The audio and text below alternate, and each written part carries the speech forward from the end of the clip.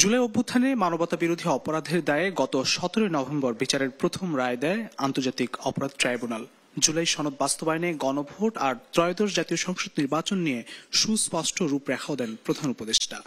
পরপরই নির্বাচন কমিশন রাজনৈতিক দলগুলোর সঙ্গে সংলাপেও বসেছে। এই মুহূর্তে নির্বাচনের পরিবেশ কতটা নির্বিঘ্ন হলো, আইন শৃঙ্খলা রক্ষার প্রস্তুতি বা কতটা সারল সরকার, রাজনীতির মাঠে কতটা ফিরল নির্বাচনী আমেজ, আজ এইসব বিষয়ের উত্তর খুঁজব আমাদের বিজ্ঞ আলোচকদের কাছ থেকে। স্বপ্নধারা নিবেদিত দেশ সংলাপ পাওয়ার্ড বাই স্বপ্ন ট্যুর অনুষ্ঠানে সবাইকে স্বাগত জানাচ্ছি। আমি ফখরুল ইসলাম।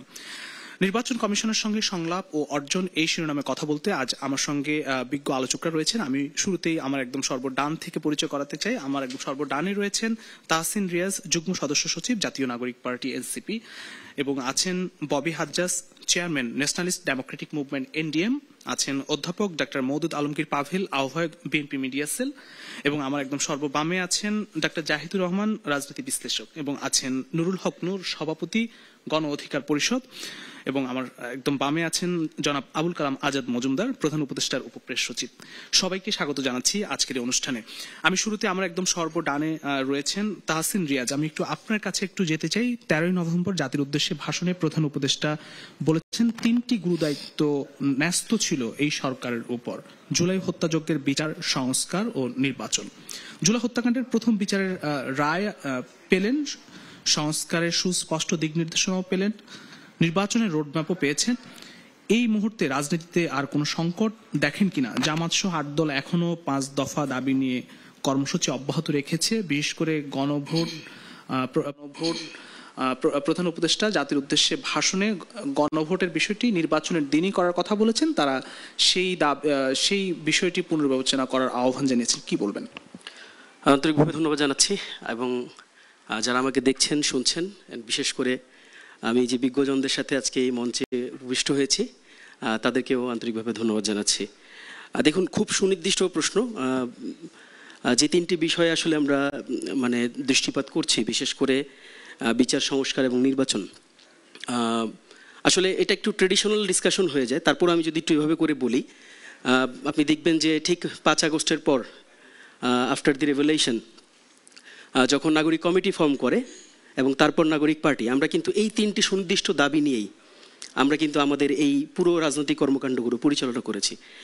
এবং আমাদেরও একেবারে দলগত অবস্থানও এটা ছিল। আমার কাছে মনে হয় যে ব্যক্তিবিশেষ যদি পার্টিকুলারলি কোনো দলের অবস্থানকে তাদের আইডিওলজিক্যাল ভিউ পয়েন্টের বাইরে গিয়েও যদি চিন্তা করি, আমার কাছে মনে হয় যে ইচ অ্যান্ড এভরি পলিটিশিয়ান যদি আমরা এভাবে করে একটু দেখি, তাদেরকে নির্দিষ্ট কোনো ক্লাস্টারের ভিতরে না ফেলে একটু আলাদা করে যদি দেখি, আমার মনে হয় না যে কেউ ইভেনচুয়ালি এই 3টা গুরুত্বপূর্ণ দাবির বাইরে ছিল। কাজেই আমরা যেই জায়গাটাতে আজকের দিনটাতে এসে আমরা যে জায়গাটাতে অবস্থান করছি, এটাতে বিচার কেন্দ্রিক যদি আমরা কথা বলি, তাহলে ডেফিনেটলি এটা একটা খুবই ভালো ডেভেলপমেন্ট। যে ডেভেলপমেন্টটাকে আসলে এটা আমাদের এটা শুধুমাত্র যে একটা পলিটিক্যাল ক্লেইম বা পলিটিক্যাল একটা demand, it's not only that. আপনি যদি দেখেন যে এটা আসলে আমরা বলি না আপনার এই গণ অভ্যুত্থানের অভিপ্রায়, আমরা আসলে এটা কিভাবে বলি, গণ অভ্যুত্থানের অভিপ্রায়ের একটা কিন্তু বড় অংশ ছিল যারা এই আন্দোলনে দলমত নির্বিশেষে সকল দলের ব্যানারের বাহিরে। আমি গতকালকে আমরা এক জায়গায় ডিসকাস করছিলাম, আমরা বলছিলাম যে আপনি এই আন্দোলনের দিকে যদি তাকান, আপনি দেখবেন যে এত ডাইনামিক, এত ডিফারেন্ট। তো এই আন্দোলনে এতগুলো মানুষের যে কন্ট্রিবিউশন, কখনো ফিল্ডে কন্ট্রিবিউশন, কখনো ডিফারেন্ট অ্যাঙ্গেলে কন্ট্রিবিউশন, এই সবগুলো কন্ট্রিবিউশনের আসলে আলটিমেট যে চাহিদা, আলটিমেট যে ডিমান্ড, এই ডিমান্ড কিন্তু এটাই ছিল যে আমরা এই খুনি ফ্যাসিস্টের আমরা বিচার দেখতে চাই বাংলাদেশে। কাজেই এটা ঠিক এই পয়েন্টে দাঁড়িয়ে ডেফিনেটলি আমার মনে হয়েছে যে দলমত নির্বিশেষে সরকারকে এই ধন্যবাদটুকু দেয়াই যায় যে তারা তাদের আইন বিভাগ, তাদের বিচার বিভাগ এবং সামগ্রিকভাবে যে প্রক্রিয়া এই পুরো বিষয়টি এগিয়েছে, এই পুরো প্রক্রিয়াকেই হচ্ছে সামনে আমার কাছে মনে হয় যে এটাকে আমরা অ্যাপ্রিসিয়েট করতেই পারি। আর আপনি সেকেন্ড যে প্রশ্নটা করেছেন সেটা হচ্ছে সংস্কার। দেখেন, এখন এটা আমার কাছে মনে হয় যে এই ডিসকাশনটা এখন আলাদা হয়ে যাবে। যেমন বিচারের ক্ষেত্রে যেমন আমরা সবাই একটা ডটে কানেক্টেড ছিলাম, এখন সবার আবার ইন্ডিভিজুয়াল জায়গায় চলে আসবে, কারণ সংস্কারের কথা আমরা যখন চিন্তা করব তখন আসলে এটা মোর পলিটিক্যাল হয়ে যাবে, এটাকে পলিটিক্যালি সবাই সবার অ্যাঙ্গেল থেকে দেখবে।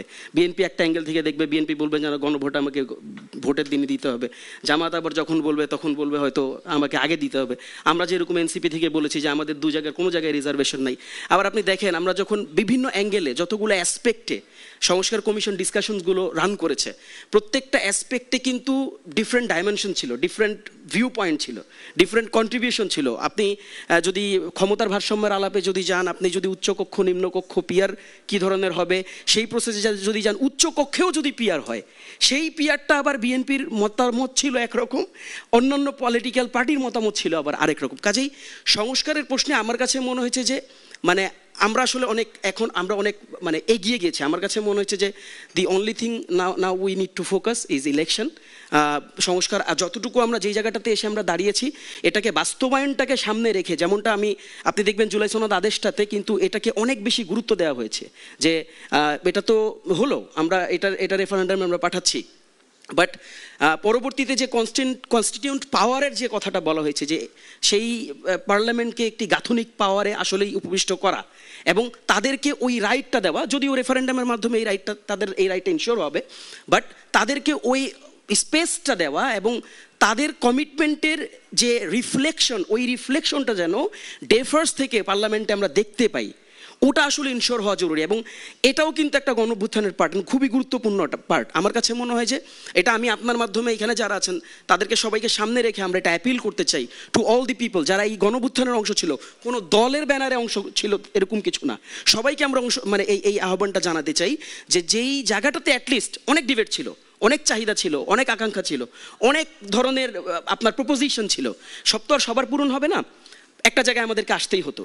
কাজে দেখেন যে জায়গাটাতে অ্যাটলিস্ট আমরা এসেছি, আমি পিছনের গল্পটা সেই একটা জায়গায় কি আসতে পেরেছি এখন? আমার কাছে মনে হয় যে ওই যেটা আমি আপনাকে বললাম, দেখেন আমি জন্য একটু টেকনিক্যালি বলছি ব্যাপারটাকে, যে দেয়ার ইজ নো টাইম, আপনি আসতে পারেন বা না পারেন, আপনার সামনে ট্রেন এসে থেমেছে, এখন আপনাকে তো ট্রেনে উঠতে হবে আফটার অল। এখন আপনি যদি কিসের ট্রেন সেটা ডেফিনেটলি ইলেকশনের ট্রেন, যেটা প্রধান উপদেষ্টা বলেছেন, all the political parties are like যে জিনিসটার জন্য ওয়েট করছেন। কাজেই দেখেন এটা ইটস ভেরি ওপেন নাও, যে আপনি there is no way to wait. আপনি জামাতের প্রসঙ্গটাও এনেছেন, জামাত এখন 8 দল সহ তারা একটা আন্দোলন আছে। আমার কাছে মনে হচ্ছে আপনি জামাতের স্ট্র্যাটেজিক্যাল জায়গাগুলোতে দেখেন, আপনি জামাত যে ধরনের স্টেটমেন্ট জাস্ট যেদিন আদেশ হয়েছে সেই দিন যে ধরনের স্টেটমেন্ট করেছে, তার পলিটিক্যাল অ্যালাই যারা আছে তাদের সাথে মিটিংয়ের পর জাস্ট আফটার মিটিং যে ধরনের স্টেটমেন্ট করেছেন, আপনি দুপুরের স্টেটমেন্টে এক ধরনের রিজার্ভেশন দেখবেন, রাতের স্টেটমেন্টে এক ধরনের ওপেননেস দেখবেন। কাজেই এই জিনিসগুলো খুবই ডিফিকাল্ট, এই জিনিসগুলো খুবই technical. So what I personally want, এটা যদি বলেন এটা পার্সোনাল ভিউ পয়েন্ট থেকেও বলতে পারি, এবং আমরাও কিন্তু দলগতভাবে আপনি দেখছেন যে আমরা নমিনেশন কার্যক্রম পরিচালনা করছি, আমাদের আজকে স্ক্রিনিং বোর্ড বসেছে, তারা যারা নমিনেশন কিনেছে তাদের প্রোফাইলগুলোকে স্ক্রিনিং করছে, আমরাও কিন্তু আসলে ওই ট্রেনে এখন ওই বগিতেই আমরা নির্বাচনের ট্রেন্ড নিয়ে আমি কথা বলবো একটু, আবারও আপনার কাছে আমি আসতে চাই, তবে আমি একটু এখন যেতে চাই, আমার একদম সর্ববামে রয়েছেন জনাব ডাক্তার জাহিদুর রহমান। একটু আপনার কাছে আসি যে নির্বাচনের আর মাত্র 2 মাস বাকি রয়েছে, সেক্ষেত্রে 4 দিনে 47টি রাজনৈতিক দলের সঙ্গে নির্বাচন কমিশন রাজনৈতিক দলগুলোর সঙ্গে বৈঠক করলো, এই সংলাপে অসঙ্গতিগুলো আসলে কি উঠে এলো? আপনি যদিও নির্বাচন কমিশনে যে সংস্কার কমিশনে আপনি ছিলেন, ফেব্রুয়ারিতে নির্বাচনের মাধ্যমে নতুন বাংলাদেশের পথে যাত্রা করার কথা বলেছেন প্রধান উপদেষ্টা, সেই পথে সরকার কতটুকু এগোতে পারলো? রাজনৈতিক দলগুলো দাবির মাঠ থেকে নির্বাচনের মাঠে ফিরছে বলে মনে হচ্ছে কিনা? ধন্যবাদ। আমি খুব সহজ দেখছি না। আমরা নির্বাচনে যাব, নির্বাচন ছাড়া কোনো অল্টারনেটিভ নেই, কোনো সন্দেহ নেই, কিন্তু আমাদের সব সংকট শেষ হয়ে গেছে আমার কাছে ঠিক তেমনটাও মনে হয় না। কেন মনে হয় না? আগে আমি ওই নির্বাচন কমিশনের সাথে দলের বৈঠকের আগে বলছি, এখন আদেশ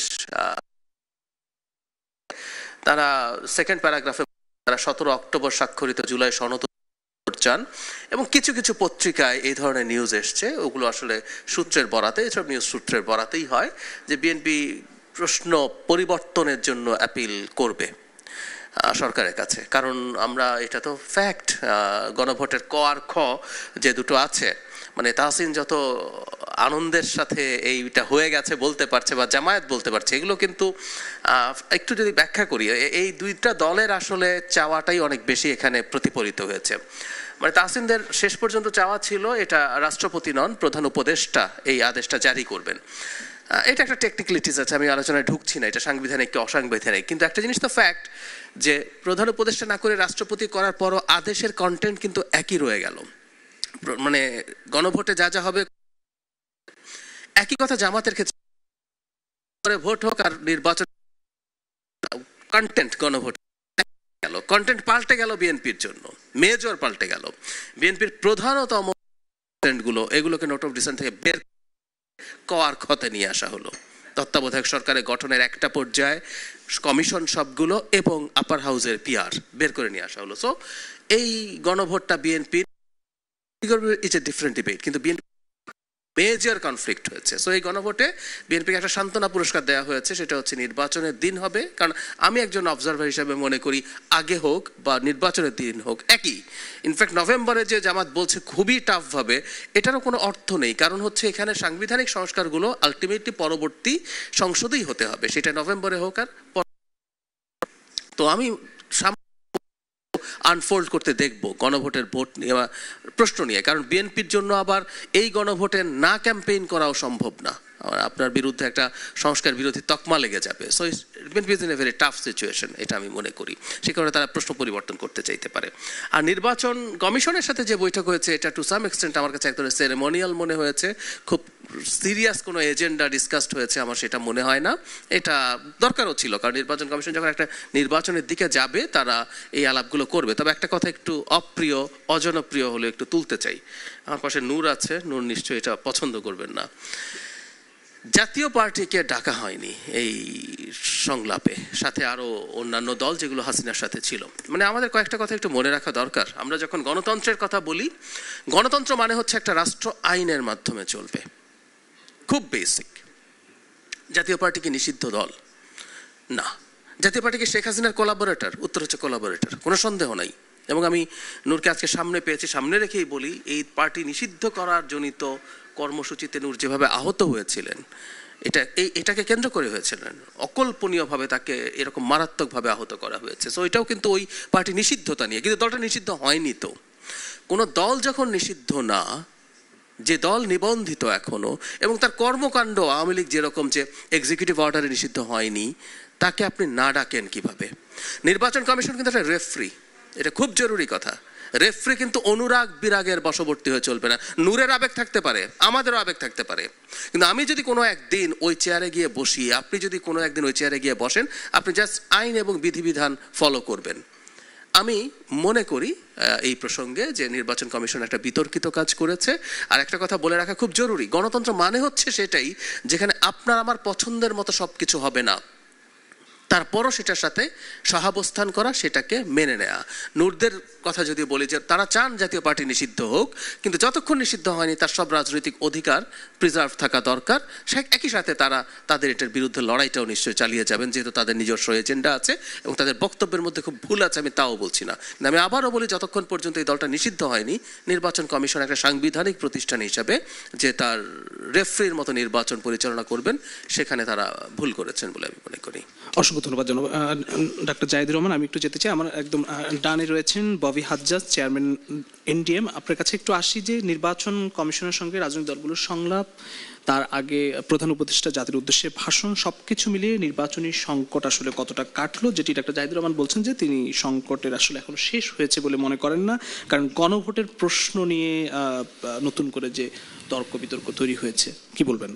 জি, আপনাকে অসংখ্য ধন্যবাদ। আপনি সহ সকল সহ আলোচক এবং দেশ টিভির সকল শ্রোতাকে আমার সালাম এবং শুভেচ্ছা।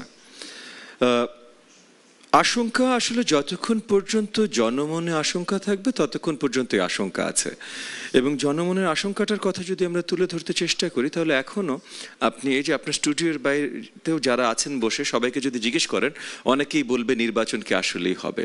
মানে আপনার স্টুডিওতে যখন এসেছি, ঢুকার সময় দু একজন জিজ্ঞেস করেন, তো আপনার স্টুডিওর লোকজন তো এই দেশেরই জনগণ এবং তারা আমাদের চেয়ার একটু চেনেন রাজনীতিবিদ হিসেবে, ওনারা জিজ্ঞেস করেন ভাই নির্বাচন কি হবে।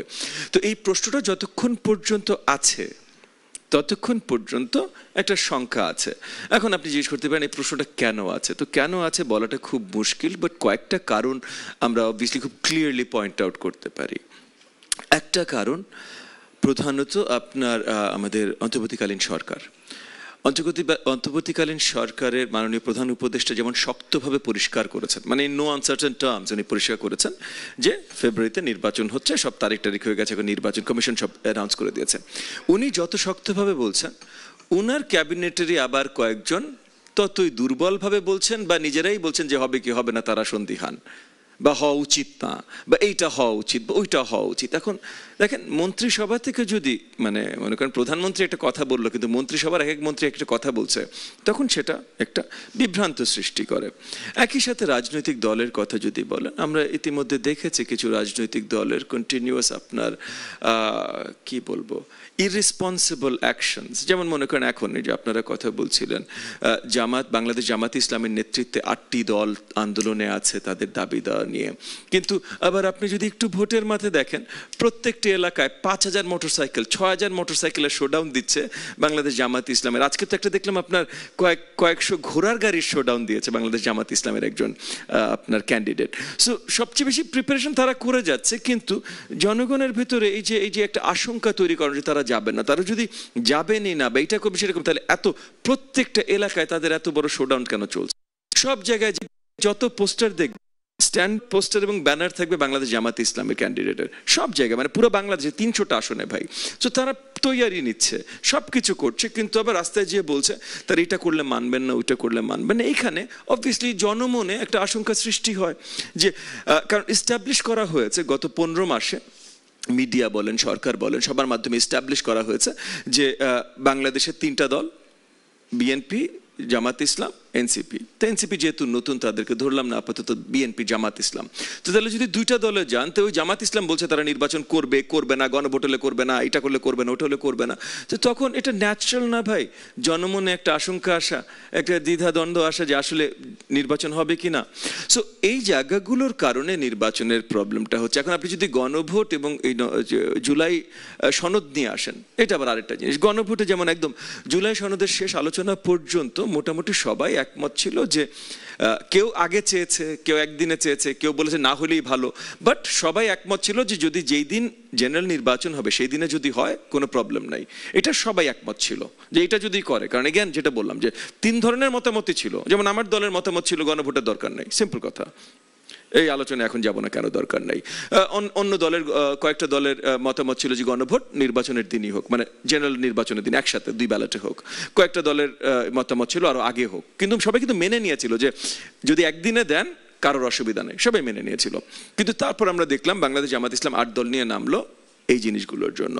আবার এই যে সনদ নিয়ে যে আশঙ্কাটা তৈরি হলো, যে 4টা পয়েন্ট দেয়া হলো, কিন্তু 4টা পয়েন্টের প্রশ্ন আপনার একটাই থাকবে, তাহলে নোট অফ ডিসেন্টের কি হলো? যে এই জিনিসগুলো এখন মনে করেন আমরা সবাই যদি বেরিয়ে এসে বলি যে ঠিক আছে আমরা সবাই একমত যান, তাইলে একটা জিনিস তখন হয়তো জনগণের ভিতরে আপনি এই আশঙ্কাটা কাটাতে পারবেন। কিন্তু সবাই বেরিয়ে এসে একমত বলতে পারবো না তো ভাই, কারণ সবাই একমত হবার মতো কোনো কাজ সরকার আমাদেরকে তৈরি করে দেয়নি যে আমরা বলতে পারি যে না সরকার বলেছেন আমরা পুরোপুরি একমত, গণভোট এই একদিনে হবে। এইটাও কিন্তু একদম প্রথমেই বলতে পারতেন, কারণ লাস্ট দিনের আলোচনায় এটা মোটামুটি সবাই মেনে নিয়েছিল। কিন্তু তারপরও আলোচনা হলো না গণভোট আগেও দেওয়া যেতে পারে, প্রপোজালে দিয়ে দিল। প্রপোজাল যেই মুহূর্তে দিয়ে দিল জামাত আরও বাতাস পেয়ে গেল, তারা এটা নিয়ে নাচা শুরু করলো। তো এই ঘটনাগুলো ক্রমাগত একটা থেকে একটা অ্যাড করতে করতে তো জনগণের ভিতরে আশঙ্কা বাড়ে। সো জনতার আশঙ্কা যেই মুহূর্তে আপনি কাটাইতে পারবেন, যেই মুহূর্তে মনে করেন ওই নূর, পাভেল ভাই বা আমি বা তাসিন কোথাও হেঁটে গেলাম, কেউ জিজ্ঞেস করবে না ভাই নির্বাচন কি আদৌ হবে, এই প্রশ্নটা যখন আপনি বন্ধ করতে পারবেন তখনই সব আশঙ্কা চলে গেছে, তখন নির্বাচন সঠিক পথে চলে গেছে। তো আমরা চাই নির্বাচন সঠিক পথে যাক। আমি বিশ্বাস করি এই টেবিলে যারা আছেন এবং বৃহত্তর রাজনৈতিক মণ্ডলে যারা কর্মরত আছেন, কাজ করছেন, সকলেই চান নির্বাচন খুব শীঘ্রই সঠিক মতো হোক, কারণ এই নির্বাচনের কোনো বিকল্প নেই। আর মাননীয় প্রধান উপদেষ্টা তো পরিষ্কার করেছেন বারবার, গতকালও ওই যে আর্মড ফোর্সেস দিবসে উনি পরিষ্কার করেছেন যে নির্বাচনটা সঠিকভাবে, এবং উনি প্রতিজ্ঞাবদ্ধ। সো এখন আমরা all we can do is আমরা আমাদের কাজগুলো করতে থাকি এবং আশাবাদ ব্যক্ত করতে থাকি যে যারা এই আশঙ্কার আলোচনাগুলো তৈরি করছে তারাও যেন সঠিক পথে আসেন এবং আমরা সবাই এক বিশ্বাসে নির্বাচনের দিকে যেতে পারি। অসংখ্য ধন্যবাদ জনাব ববি হাজ্জাজ। আমি একটু আমার বামে রয়েছেন বড় সম্পদ। আমরা বিশ্বাস করি এই স্বপ্নগুলিতেই তৈরি হবে স্বপ্নের বাংলাদেশ। স্বপ্ন ধরা ধরনীর বুকে স্বপ্নের ঠিকানা। জনাব নুরুল হক নূর, সভাপতি গণ অধিকার পরিষদ, আপনার কাছে একটু আসি। সরকারের 3টি গুরুদায়িত্বের কথা বলেছেন জাতির উদ্দেশ্যে ভাষণে। সেই 3টি গুরুদায়িত্ব পালনের পথে কতটুকু এগুলো, দেশ ও দলগুলো আসলে কতটা নির্বাচনমুখী হতে পারলো, এবং জনাব ববি হাজ্জাজ যেটি বললেন যে নির্বাচন নিয়ে শঙ্কা এখনো কাটেনি, আপনিও কি তাই মনে করেন কিনা? সবাইকে শুভেচ্ছা। মানুষ সৌন্দর্যের পূজারী, যতই সুন্দর হোক সেটাকে আরো সুন্দর করতে চায়।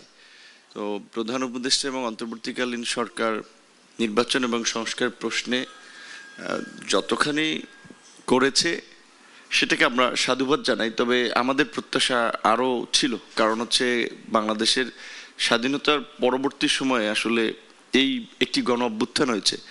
স্বাভাবিকভাবে এই ধরনের একটা গণ অভ্যুত্থান, একটা বিপ্লবের পরে সমাজ এবং রাষ্ট্র ব্যবস্থায় একটা আমূল পরিবর্তন দেখা যায়।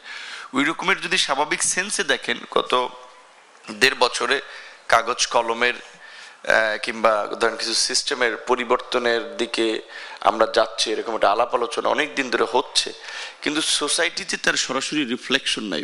দেখেন, আমরা যেটা সাধারণ মানুষ, গ্রামের একেবারেই আপনার রংপুর থেকে শুরু করে বরিশাল, সিলেট, সমস্ত মানুষ তার একটু মিডিয়াম ধরনের রোগে আক্রান্ত হলে সবাইকে ছুটতে হয় ঢাকায়। তো ইউনূস সরকার এসে যদি এরকম একটা ব্যবস্থা করতো যে বিভাগীয় পর্যায়ে সিম্পল 1000 কোটি টাকা করে হসপিটাল যেটা আছে বরাদ্দ দিয়ে, কিংবা সামথিং কিছু বরাদ্দ দিয়ে মডিফাই করে যে এই বিভাগের লোকের সব ধরনের চিকিৎসা এই বিভাগে হবে, তো তখন লোকজন এটা খুব মানে একটা ইতিহাস হতো, মানুষের মুখে মুখে থাকতো যে ডক্টর ইউনূস এসে এই কাজটা করছে, যে অন্তত আমাদের আর ঢাকামুখী হসপিটালের চিকিৎসার জন্য যাওয়া লাগে না। হাইকোর্টের বেঞ্চকে ঢাকার বাইরে নিয়ে যাওয়া, জাহিদ ভাই জাতীয় পার্টির কথা বলেছে, জাতীয় পার্টির খারাপ হলেও বা এরশাদ সাহেবের অনেক নেগেটিভ দিক থাকলেও কিছু ভালো দিক অবশ্যই ছিল, সব মানুষেরই ভালো খারাপ দুটো মিলিয়ে আছে। এরশাদ সাহেবের সময় যে হাইকোর্টের বেঞ্চকে ঢাকার বাইরে নিয়ে গেছিল ডিভিশনাল পর্যায়ে, শুধুমাত্র সেই সময় আমাদের কিছু প্রমিনেন্ট আইনজীবী নিজেদের ব্যবসাকে টিকিয়ে রাখার জন্য, কারণ তারা ঢাকা যেতে পারবেন না, ঢাকার বাইরে গেলে তো তাদের এক মামলায় আপনার 2-3 দিন শেষ, তো তাদের ব্যবসা টিকিয়ে রাখার জন্য তখন তারা এই সিদ্ধান্তটা বিরোধিতা করেছিল। ডক্টর ইউনূসের সরকার যদি সেরকম একটা সাহসী সিদ্ধান্ত নিত, হাইকোর্টের বেঞ্চ ঢাকার বাইরে আপনার কার্যক্রম পরিচালনা করবে, এইটা মানুষের কাছে খুব ভিজিবল হতো।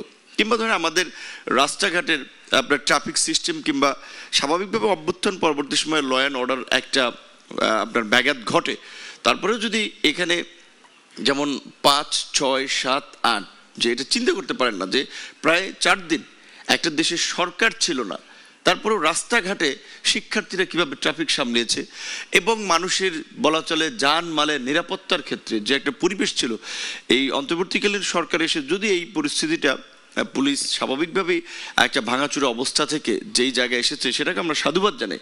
মানুষের এক্সপেকটেশন ছিল কিন্তু আরও একটু। এখন সত্যিকার অর্থেই আমি কিন্তু আতঙ্কে থাকি। আমি একজন রাজনীতিবিদ, অভ্যুত্থানের নেতা, যে আমি চলাফেরা করি আমার রিস্ক আছে, যেমনি দেখতেছি এইখানে ওইখানে গুলি করে ছিনতাই হচ্ছে, স্বর্ণ ব্যবসায়ী স্বর্ণ নিয়ে যাচ্ছে, আপনার প্রকাশ্যে গুলি করে সন্ত্রাসীরা চলে যাচ্ছে, বর্ডার দিয়ে আধুনিক অস্ত্রশস্ত্র আসছে, এই সমস্ত রিপোর্টগুলো হচ্ছে, তখন কিন্তু আমরা আতঙ্কে থাকি যে নির্বাচন বানচাল করার ক্ষেত্রে আমরা যেই অপশক্তির একটা শঙ্কা করছি, তারা নির্বাচন বানচাল করার জন্য এরকম কোনো প্রেক্ষাপট ঘটায় কিনা। যেমন জায়েদ ভাই একটা কথা বলেছে, এইটা হচ্ছে প্রকৃত অর্থে দেখেন আওয়ামী লীগ এবং জাতীয় পার্টিকে রাজনৈতিকভাবে যারা এই বিশেষ করে 16 বছরের যে নেক্সাসে একটা ফ্যাসিবাদ কায়েম করেছিল, তাদের আমরা নিষিদ্ধ চাই, এইটা আমাদের একটা পলিটিক্যাল স্ট্যান্ড। এখন অন্যান্য পার্টি, এখানে এনসিপি আছে, ববি হাজ্জাজ ভাই আছে, বিএনপি একটা বড় রাজনৈতিক দল, জায়েদ ভাই একজন ইন্ডিভিজুয়াল, তারা এটা চান কিনা সেটা আবার তাদের ওপিনিয়ন। সেই আমাদের স্ট্যান্ড থেকে আমরা একটা প্রতিবাদ করেছিলাম, কিন্তু সেই প্রতিবাদটাকে এমনভাবে আসলে কি বলবেন যে একটা দমন পীড়ন করা হয়েছে বা ডিল করা হয়েছে, সবাইকে একটা মেসেজ দেওয়া হয়েছিল যে না, জাতীয় পার্টির প্রশ্নে কথা বলা যাবে না। তাহলে এই শক্তি কারা? যারা জাতীয় পার্টিকে প্রোটেক্ট করতে চায় এবং জাতীয় পার্টিকে রাজনীতিতে ভিজিবল করতে চায়। আপনারা দেখেছেন বিভিন্ন সংস্থাগুলো জরিপ করছে, সেই সমস্ত জরিপে আওয়ামী লীগের যেখানে রাজনৈতিক কার্যক্রম নিষিদ্ধ, সেখানে তারা রেশিও দেখাচ্ছে যে আওয়ামী লীগের এত পার্সেন্টেজ ভোট এবং সেটা আবার বাড়ছে, এরকম ধরনের। এইটার কারণ হচ্ছে এটা একটা ইন্টারন্যাশনাল আপনার বলতে পারেন নেক্সাসে আওয়ামী লীগকে প্রাসঙ্গিক রাখা, কিংবা আওয়ামী লীগকে না পারলেও অন্তত যেন জাতীয় পার্টির মাধ্যমে আওয়ামী লীগকে পুনর্জীবন করতে পারে, এই ধরনের একটা প্রক্রিয়া আলাপ আলোচনা চলছে। তো আমার কথা হচ্ছে যে সিদ্ধান্তটা এটা দেশের জনগণকে নিতে হবে। তবে আমি মনে করি এখানে জাভেদ রাসিন আছে, যদি আজকে একটা অস্বাভাবিক পরিস্থিতি দেশে তৈরি হয়, সরি টু সে জায়েদ ভাইয়ের যে ডেডিকেশন, তার প্রতি আমার সম্মান আছে।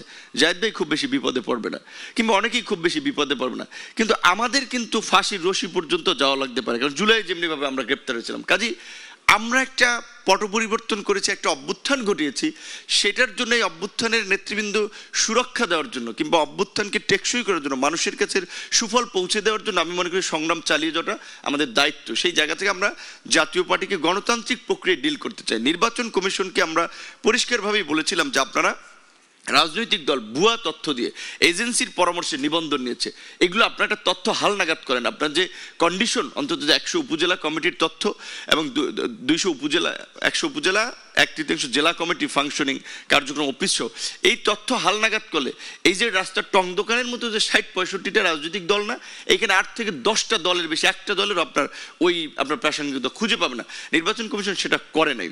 নির্বাচন কমিশন যেটা করেছে এইটা বলতে পারেন একটা গতানুগতিক কাজ। এই 5-7টা দল, আপনি চিন্তান, একটা রাজনৈতিক দলকে নির্বাচন কমিশন একবার ডেকেছে, তাদের কনফিডেন্সিয়াল কথা থাকতে পারে।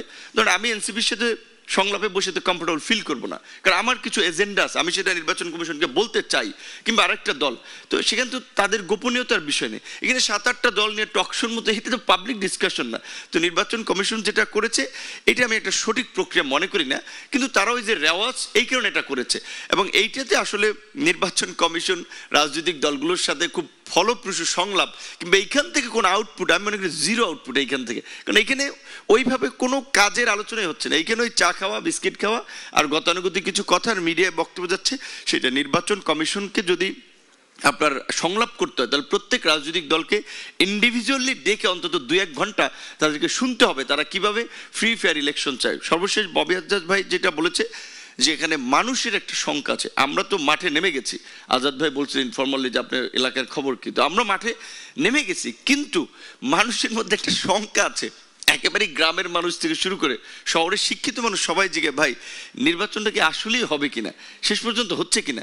সো এই শঙ্কাটা কাটানোর জন্য কিছু আমাদের পদক্ষেপ দরকার, এবং বিশেষ করে রাজনৈতিক দলসমূহ, আপনার বলা চলে যে 8 দল, তারা একটা দাবি নিয়ে এখনো মাঠে আছে, গণভোট নির্বাচন আগে চায়। আবার আমরা সামগ্রিক প্রেক্ষাপট বিবেচনা করে, যেটা তাহসিন বলেছে, যে আমরা মনে করি যে আসলে এই মুহূর্তে দেশের বাস্তবতায় 2টো ভোট করার প্রাসঙ্গিকতা নাই, 2টো ভোট করতে গেলে ব্লান্ডার হবে। কাজে আমরা এই জন্য বলছি যে ন্যাশনাল ইলেকশনের সাথে এই গণভোটের কথাটি। এবং এখানে অনেকে বলছে এটা বিধান নাই, হয় না, আইন নাই। ভাই, ডক্ট্রিন অফ নেসেসিটি বা যেটা বলে প্রয়োজনীয়তাই উদ্ভাবকের জনক, প্রয়োজন সাপেক্ষে অনেক কিছু হতে পারে, এটা একটা অস্বাভাবিক পরিস্থিতি যেমনিভাবে এই সরকারটা গঠিত হয়েছে। সো আমি মনে করি যে রাজনৈতিক দলগুলোর এখানে একটা সমঝোতা আসা দরকার, এবং এটা ট্রু, এইখানে সবচেয়ে বড় ভূমিকা নিতে হবে বিএনপি এবং জামাতকে। বিএনপি একটা বড় রাজনৈতিক দল, তারা গত 16 বছরের সাফারিং ছিল, জামাতও সাফারিং ছিল। কাজে তাদের মধ্যে তো আগে একসাথে তারা আন্দোলন করেছে, সংগ্রাম করেছে, সরকার গঠন করেছে। এখন এমন একটা পরিস্থিতি একেবারেই বিপরীত মেরুতে, এইটা কিন্তু একটা অস্বাভাবিক, মানে আমি মনে করি ঘটনার জন্য কিন্তু আমাদেরকে নির্দেশ দিচ্ছে, আমাদেরকে ইঙ্গিত দিচ্ছে। সেই জায়গা থেকে আমি বলবো যে বিএনপি বা জামাতের মতো দলগুলোকে তাদের মধ্যে একটু আন্ডারস্ট্যান্ডিং দরকার, এবং আগামীতে আমরা যেটা বলছি যে পার্লামেন্টে সকল গণ অভ্যুত্থানের অংশীজনের উপস্থিতি কিভাবে নিশ্চিত করা যায়, প্রতিনিধিত্ব নিশ্চিত করা যায়, এবং এটা একটা ঐতিহাসিক পার্লামেন্ট হবে, যেই পার্লামেন্ট একই সাথে সংবিধান বা সংস্কার পরিষদ হিসেবে কাজ করবে দেশের আইন প্রণয়নের ক্ষেত্রে, যেটা জুলাই সনদে যতটুকু হয়েছে আরও যদি প্রয়োজন হয়। সো সেই ক্ষেত্রে আমি মনে করি বড় দলগুলো যদি দায়িত্বশীল পরিচয় দেয়, তাহলে এই সংকট কেটে গিয়ে শেষ পর্যন্ত একটা নির্বাচনের দিকে আমরা যেতে পারবো। অসংখ্য ধন্যবাদ জনাব নুরুল হক নূর। আমি ছোট্ট একটা জিনিস একটু অ্যাড করি, এটা পরের বার হয়তো আর এই ইস্যুটা থাকবে না। তাহসিন বললেন, নূরও বললেন, হ্যাঁ 1 মিনিটই সংস্কার পরিষদ হবে, আসলে এটা হচ্ছে না। এগুলো আমরা বলছি, এগুলো কথাটা ঠিক না। কি হচ্ছে, একটা কনস্টিটিউয়েন্ট পাওয়ার দিচ্ছেন এবং পরিষদ যদি হয়ে থাকে, এগুলো বলা হচ্ছে আগামী মানে সংসদ যেটা গঠিত হবে তার কাজ কি হবে। আপনি আগেই গণভোট করে সব সিল করে দিচ্ছেন, আপনি এসে এগুলো সব পাস করবেন। একটা কনস্টিটিউয়েন্ট অ্যাসেম্বলির কথা কি, সে ডিবেট করবে, ডিবেট করে তার সে সিদ্ধান্ত নেবে, সে পারলে পরিবর্তন করবে। ইনফ্যাক্ট আমাদের ঐক্যমত্য কমিশনের কাজটা শেষ করে ফেলা হয়েছে, হচ্ছে না। আপনি রাদার একটা পাওয়ার দিচ্ছেন, কারণ আপনাদের বেসিক স্ট্রাকচারের যেহেতু পরিবর্তন হচ্ছে, সেগুলো না হলে পরবর্তীতে কোর্টে চ্যালেঞ্জড হতে পারে, কিন্তু এর আসলে হাত পা বাঁধা, এর আসলে কোনো ক্ষমতাই নাই, রাবার স্ট্যাম্পের মতো তার বাধ্যবাধকতা আছে এটা পাস করা। এই হচ্ছে। অসংখ্য ধন্যবাদ। আমি যেতে চাই অধ্যাপক ডক্টর পাভেল, আপনার কাছে নির্বাচন কমিশনের সঙ্গে সংলাপ, প্রধান উপদেষ্টার জাতির উদ্দেশ্যে ভাষণ এবং গণভোট নিয়ে যে 4টি প্রশ্ন, সবকিছু মিলে আসলে সংকট কতটা কাটলো? অপরদিকে আমরা লক্ষ্য করছি জামাত সহ 8 দল এখনো 30 নভেম্বর তাদের 7টি বিভাগে সমাবেশ করার কথা বলছে, 5 দফা দাবি নিয়ে তারা এখনো মাঠে। কি বলবেন? ধন্যবাদ। আমার মনে হয় যে এর মধ্যে প্রায় 4 জন আলোচনায় অংশ নিয়ে ফেলেছেন এবং এই বিষয়ে কথাগুলো যেটা আপনি তুলেছেন সেই কথাগুলোই মোটামুটি তাদের বয়ান থেকে, তাদের কথার ভেতর থেকে কিছুটা জবাবের মধ্যে এসছে। একটা বিষয় দিয়ে আমি একটু শুরু করি যে অনেকে বলছেন যে জামায়াতের সাথে বিএনপির বিপরীত মেরুতে অবস্থান। আসলে মেরুর ব্যাপারটা হলো কি যে বিএনপি তার জায়গাতেই আছে, জামাত সরে সরে বিপরীত মেরুতে গিয়ে বিপরীত মেরুর কথা বলছে। বিএনপির কিন্তু অবস্থানগত পরিবর্তন কোথাও হয়েছে, এই বিষয়টি হয়তো অতটা সত্যি নয়। এটা ঠিক যে 3টি আকাঙ্ক্ষার সাথে সবারই একাত্মতা ছিল যে বিচার, সংস্কার এবং নির্বাচন, এই গণ অভ্যুত্থানের প্রত্যাশা এই জায়গাতেই তার কিছুটা দৃশ্যমান হয়েছে, আর কোনো কোনো জায়গাতে এখনো পর্যন্ত কিছু শঙ্কা বা কিছুটা অনিশ্চয়তা রয়েছে। একটা বিষয় হলো কি যে ঐক্যমত্য কমিশন নামে যখন আমরা একটা কমিশন গঠন করে ফেললাম, তখন তারা কিন্তু ওই ঘর থেকে বেরোবার আগে ঐক্যমত্য প্রতিষ্ঠিত করে যদি বেরোতে পারতেন তাহলে নামের প্রতি তাদের সুবিচার করার সুযোগ থাকতো আর কি। তো পুরোপুরি ঐক্যমত্য প্রতিষ্ঠিত হলো না, কিন্তু কমিশনের নামটা সেরকমই থাকলো, একটা সনদ স্বাক্ষরিত হলো এবং আবার পরবর্তী পর্যায়ে ঘোষিত যখন হলো তখন দেখা গেল যে স্বাক্ষরের কথার সাথে ঘোষণার বেশ কিছু বৈপরীত্য লক্ষ্য করা গেল। প্রশ্নটা হচ্ছে যে গণভোট কখন হবে সেই প্রসঙ্গ মনে হয় এখন কতটা প্রাসঙ্গিক আমি হয়তো বলতে পারবো না, কারণ যদিও আপনার অনেকেই আমরা বলছি যে কেউ কেউ আন্দোলনের মাঠে আছে, তারা আন্দোলনের মাঠে যতটা সোচ্চারভাবে আছে নির্বাচনের মাঠে তার চেয়ে শতগুণ বেশি সোচ্চার হিসেবে আছে। তো তাদের দলের সেই জামায়াতে ইসলামের ক্ষেত্রে প্রায়োরিটি কিন্তু তারা নির্ধারণ করে ফেলেছে যে তারা নির্বাচনকেই ওই আন্দোলনের চাইতে বেশি গুরুত্ব দিতে চায়। এটা তো হয়তো তাদের লোক দেখানোর জন্য বা মুখ রক্ষা করবার জন্য তাদের আন্দোলনের মাঠে থাকতে হয়। আমার কাছে প্রশ্নটা কিন্তু আরেকটা গুরুত্বপূর্ণ, যেটা জাহিদ একটু বলার চেষ্টা করছিল যে আমরা আগামী সংসদকে ঠিক কী অর্থে দেখতে চাইছি, গণভোটটা তাদের কাছে কী রকম একটা জায়গাতে তাদেরকে আষ্টে পৃষ্ঠে বেঁধে একটা সংসদকে আমরা ঠিক কার্যকর দেখতে চাইছি কিনা, সেটা সোনার পাথরবাটি হবে কিনা সেটাও কিন্তু একটা প্রশ্ন থাকবে। গুরুত্বপূর্ণ বিষয় হচ্ছে যে প্রশ্নটা কী হবে।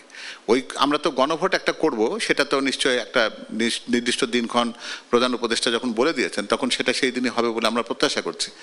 কিন্তু প্রশ্নটা হচ্ছে আমি কি প্রশ্নটি রাখবো, সে প্রশ্নে যদি এমন কারো অবস্থানটা দাঁড়ায় যে তিনি 3টি প্রশ্নে হ্যাঁ বলতে চান, একটিতে না বলতে চান, তার জন্য সেই সুযোগটা কতটা থাকবে। তো প্রশ্ন নির্ধারণ করাটা খুব জরুরি। কথা যেটা ছিল, বিএনপি যে কথাটি বলেছিল সেটা খুব যৌক্তিকভাবে তারা বলেছিল যে নোট অফ ডিসেন্ট সহ গণভোটের কথাটি বলা হোক, অর্থাৎ আমার এই জায়গাতে আপত্তি আছে, এই আপত্তিটা জনগণের কাছে পৌঁছাক, জনগণ যদি আমার আপত্তির সাথে সহমত হয় তাহলে তারা সেখানে হ্যাঁ বলবে। আর একই ক্ষেত্রে ওই প্রত্যেকেরই যে আপত্তির জায়গা আছে সেটাই লেখা হোক, তাহলে জনগণের একটা সুবিধা থাকবে কি, এবং যেটা আমরা ওই পরবর্তী সংসদকে আলোচনার কিছু একটা ক্ষেত্র তৈরি করে দিতে পারি বা থাকে সেটা। তাই যদি না হয় তাহলে আমরা যে গণভোটের 4টি প্রশ্নের মধ্যে থেকে যে উত্তরটি আসবে সে উত্তরটা এই প্রকৃতপক্ষে যে অভ্যুত্থানের আকাঙ্ক্ষার সাথে সমার্থক হবে কিনা সে প্রশ্ন কিন্তু দাঁড়িয়ে যাবে তখন। এখানে অনেক গুরুত্বপূর্ণ জিনিস হচ্ছে যে এটা যদি জনমনের প্রকৃত আকাঙ্ক্ষার প্রতিফলন যদি সেই গণভোটের মধ্যে আমরা দেখতে চাই তাহলে সেখানে কিন্তু একটা দৃশ্যমান একটা সংখ্যাগরিষ্ঠতা বা থাকার প্রয়োজন আছে। হ্যাঁ নার মধ্যে পার্থক্যের ব্যবধানটা যদি ব্যাপকতর না হয় তাহলে কিন্তু সেটা গণ আকাঙ্ক্ষার প্রতিফলন সেখানে ঘটাবে না। আর নির্বাচন কমিশন নিয়ে যে কথাটি বলা দরকার, আমার মনে হয় যে বাংলাদেশের ইতিহাসে তাদের সবচাইতে কার্যকর, সবচাইতে সক্ষম এবং সবচাইতে গৌরব দীপ্ত নির্বাচন কমিশন হওয়ার সুযোগ তাদের সামনে এসছে এবং তারা এখানে শুধু রেফারির ভূমিকায় যতটা থাকবেন একই সাথে তাদের কিন্তু কোচিংয়ের ভূমিকাতেও থাকবার একটা প্রয়োজনীয়তা আছে আমি মনে করি। এই কারণে যে যাদেরকে তারা নির্বাচনের মাঠে খেলোয়াড় হিসাবে নিয়ে যাচ্ছেন তারা কিন্তু গত 15 বছরে কিন্তু খেলা কিন্তু অনুশীলন করবারও সুযোগ পাননি। তাদেরকে নির্বাচনের মাঠে এনে খুব কঠোর রেফারিংয়ের মধ্যে নিয়ে গেলে এখানে ঠিক তারা নির্বাচন সুষ্ঠুভাবে কতটা করবেন অথবা একটা শৃঙ্খলিত নির্বাচনের দিকে নিয়ে যাবেন কিনা সেটি ভাবার বিষয় আছে। এখানে অত্যন্ত গুরুত্বপূর্ণ একটা চ্যালেঞ্জ আছে যেটা প্রধান নির্বাচন কমিশনার বেশ কয়েক মাস আগেই বলেছেন যে আগামী নির্বাচনে সাইবার যুদ্ধ বা অনলাইন যুদ্ধ, সোশ্যাল মিডিয়া যুদ্ধকে উনি অনেক গুরুত্বের জায়গা থেকে দেখছেন।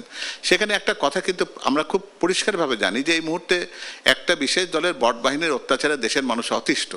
এখানে মহিলারা নারীরা তারা কোনো মন্তব্য করতে পারেন না, তারা তার মতামত প্রকাশ করতে গেলে যেভাবে তাদের উপর ঝাঁপিয়ে পড়া হয়, অথবা একটা বক্তৃতার একটা অংশে সবচেয়ে গুরুত্বপূর্ণ জনকল্যাণের কথা যেখানে বলা হয়, যেখানে আলু চাষিরা যদি আলুর ন্যায্য মূল্য না পায় তাহলে সেটা যে কৃষকের কথা, পেঁয়াজের সংরক্ষণের কথা জনাব তারেক রহমান তার বক্তৃতায় বলবার চেষ্টা করলে সেটাকে খুবই ন্যাক্কারজনকভাবে অন্যদিকে প্রবাহিত করবার যে প্রচেষ্টা, সেটার মধ্যে আর যাই থাকুক সৎ রাজনীতি নেই।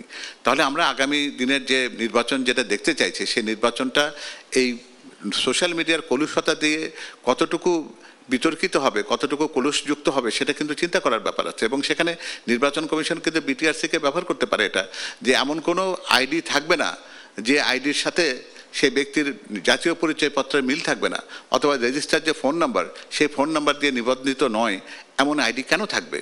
এই অপরিচিত নাম, অদ্ভুত অদ্ভুত নাম, সমস্ত ভিয়েতনামি, নর্থ কোরিয়ান কিংবা ইউক্রেনিয়ান নাম দিয়ে এক একটা আইডি চলবে এবং সেই আইডি জনমতকে প্রতিষ্ঠিত করবার মতন একটা নোংরা কাজ করে স্বাভাবিক জনস্রোতকে বিপদগামী করবে, বিভ্রান্ত করবে। এই প্রচেষ্টাকে বোধহয় খুব সহজে মেনে নেওয়ার সুযোগ নেই।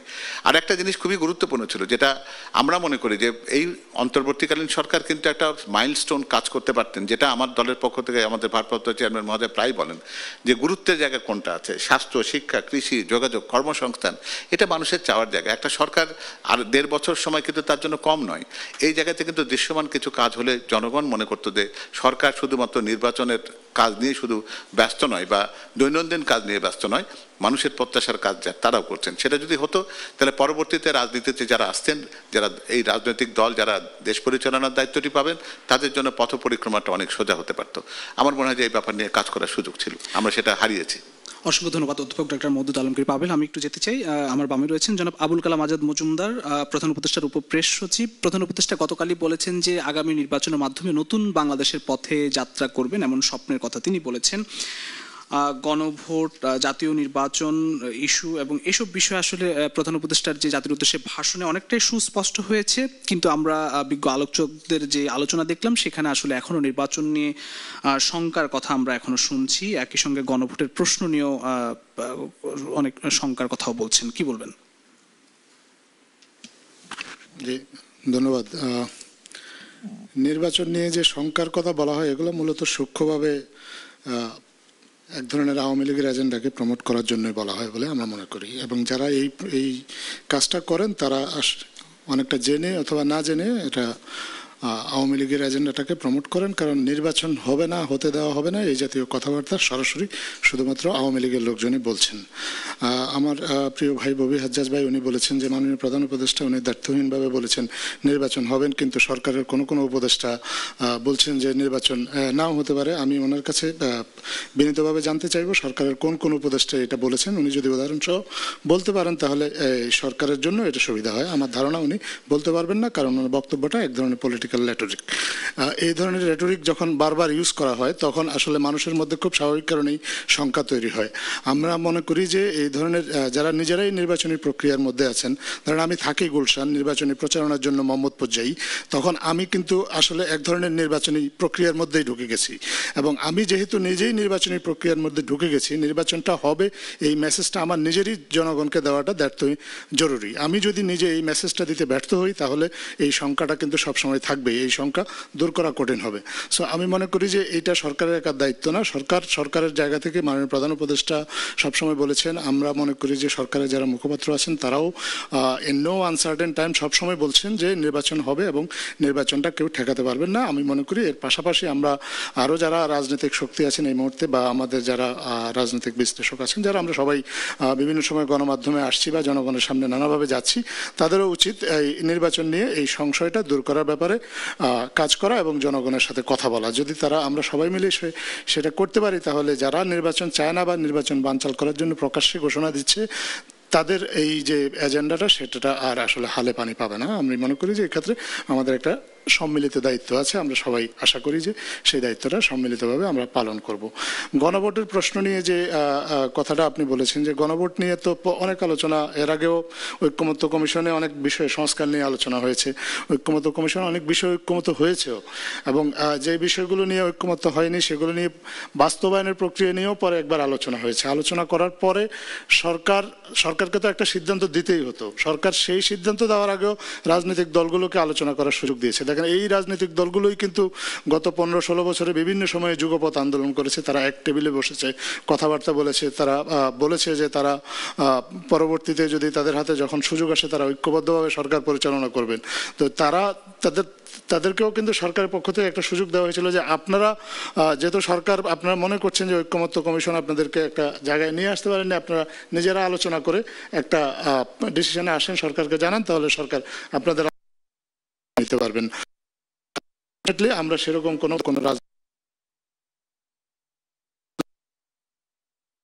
সীমা অনুযায়ী সময় বাকি আছে, তো সরকারকে তো একটা সিদ্ধান্ত দিতেই হতো। তো সরকার সার্বিকভাবে বিবেচনা করে যে সিদ্ধান্তটা দিয়েছে আমরা মনে করি যে সেটা এই মুহূর্তে সব রাজনৈতিক দলই মেনে নিয়েছে মোটা দাগে। কিছু মত দ্বিমত থাকতেই পারে, গণতন্ত্রে এগুলো খুব স্বাভাবিক জিনিস, সবাই সব বিষয়ে একবারে 16 আনা একমত হবে এরকম না। বাট আমরা একটা জিনিস এটা ইতিবাচকভাবেই নিতে চাই যে সরকার গণভোটের ব্যাপারে যে প্রশ্নগুলো দিয়েছে সেগুলো রাজনৈতিক দলগুলো মোটামুটি মেনে নিয়েছে। এবং এখন আপনি যে রাজনৈতিক দলগুলো কিছু রাজনৈতিক দলকে হ্যাঁ আপনি বলতে পারেন যে তারা আন্দোলন করছে, আন্দোলনে আছে, বা ভোটের মাঠে তাদের যত বেশি উপস্থিতি রাজনৈতিক আন্দোলনের আবার কিছু আলোচনা চলছে। আমরা মনে করি যে এগুলো তাদের রাজনৈতিক কৌশল, কারণ তাদের কর্মীদেরকে চাঙ্গা রাখার জন্য তারা অনেক সময় এই ধরনের কৌশল নিতে পারে। এগুলো আমরা মনে করি না যে গণভোট বা নির্বাচন এগুলোতে এইসব আন্দোলনের ফলে বিঘ্নিত হওয়ার কোনো আশঙ্কা আছে। অসংখ্য ধন্যবাদ জনাব আবুল কালাম আজাদ মজুমদার। আমরা এই আলোচনা আবারও ফিরতে চাই একটি বিরতি থেকে ফিরে এসে। প্রিয় দর্শক, স্বপ্নধারা নিবেদিত দেশ সংলাপ পাওয়ার্ড বাই স্বপ্নটুর অনুষ্ঠানটি নিচ্ছে একটি ছোট্ট বিরতি, ফিরছি একটু পর, সঙ্গেই থাকুন।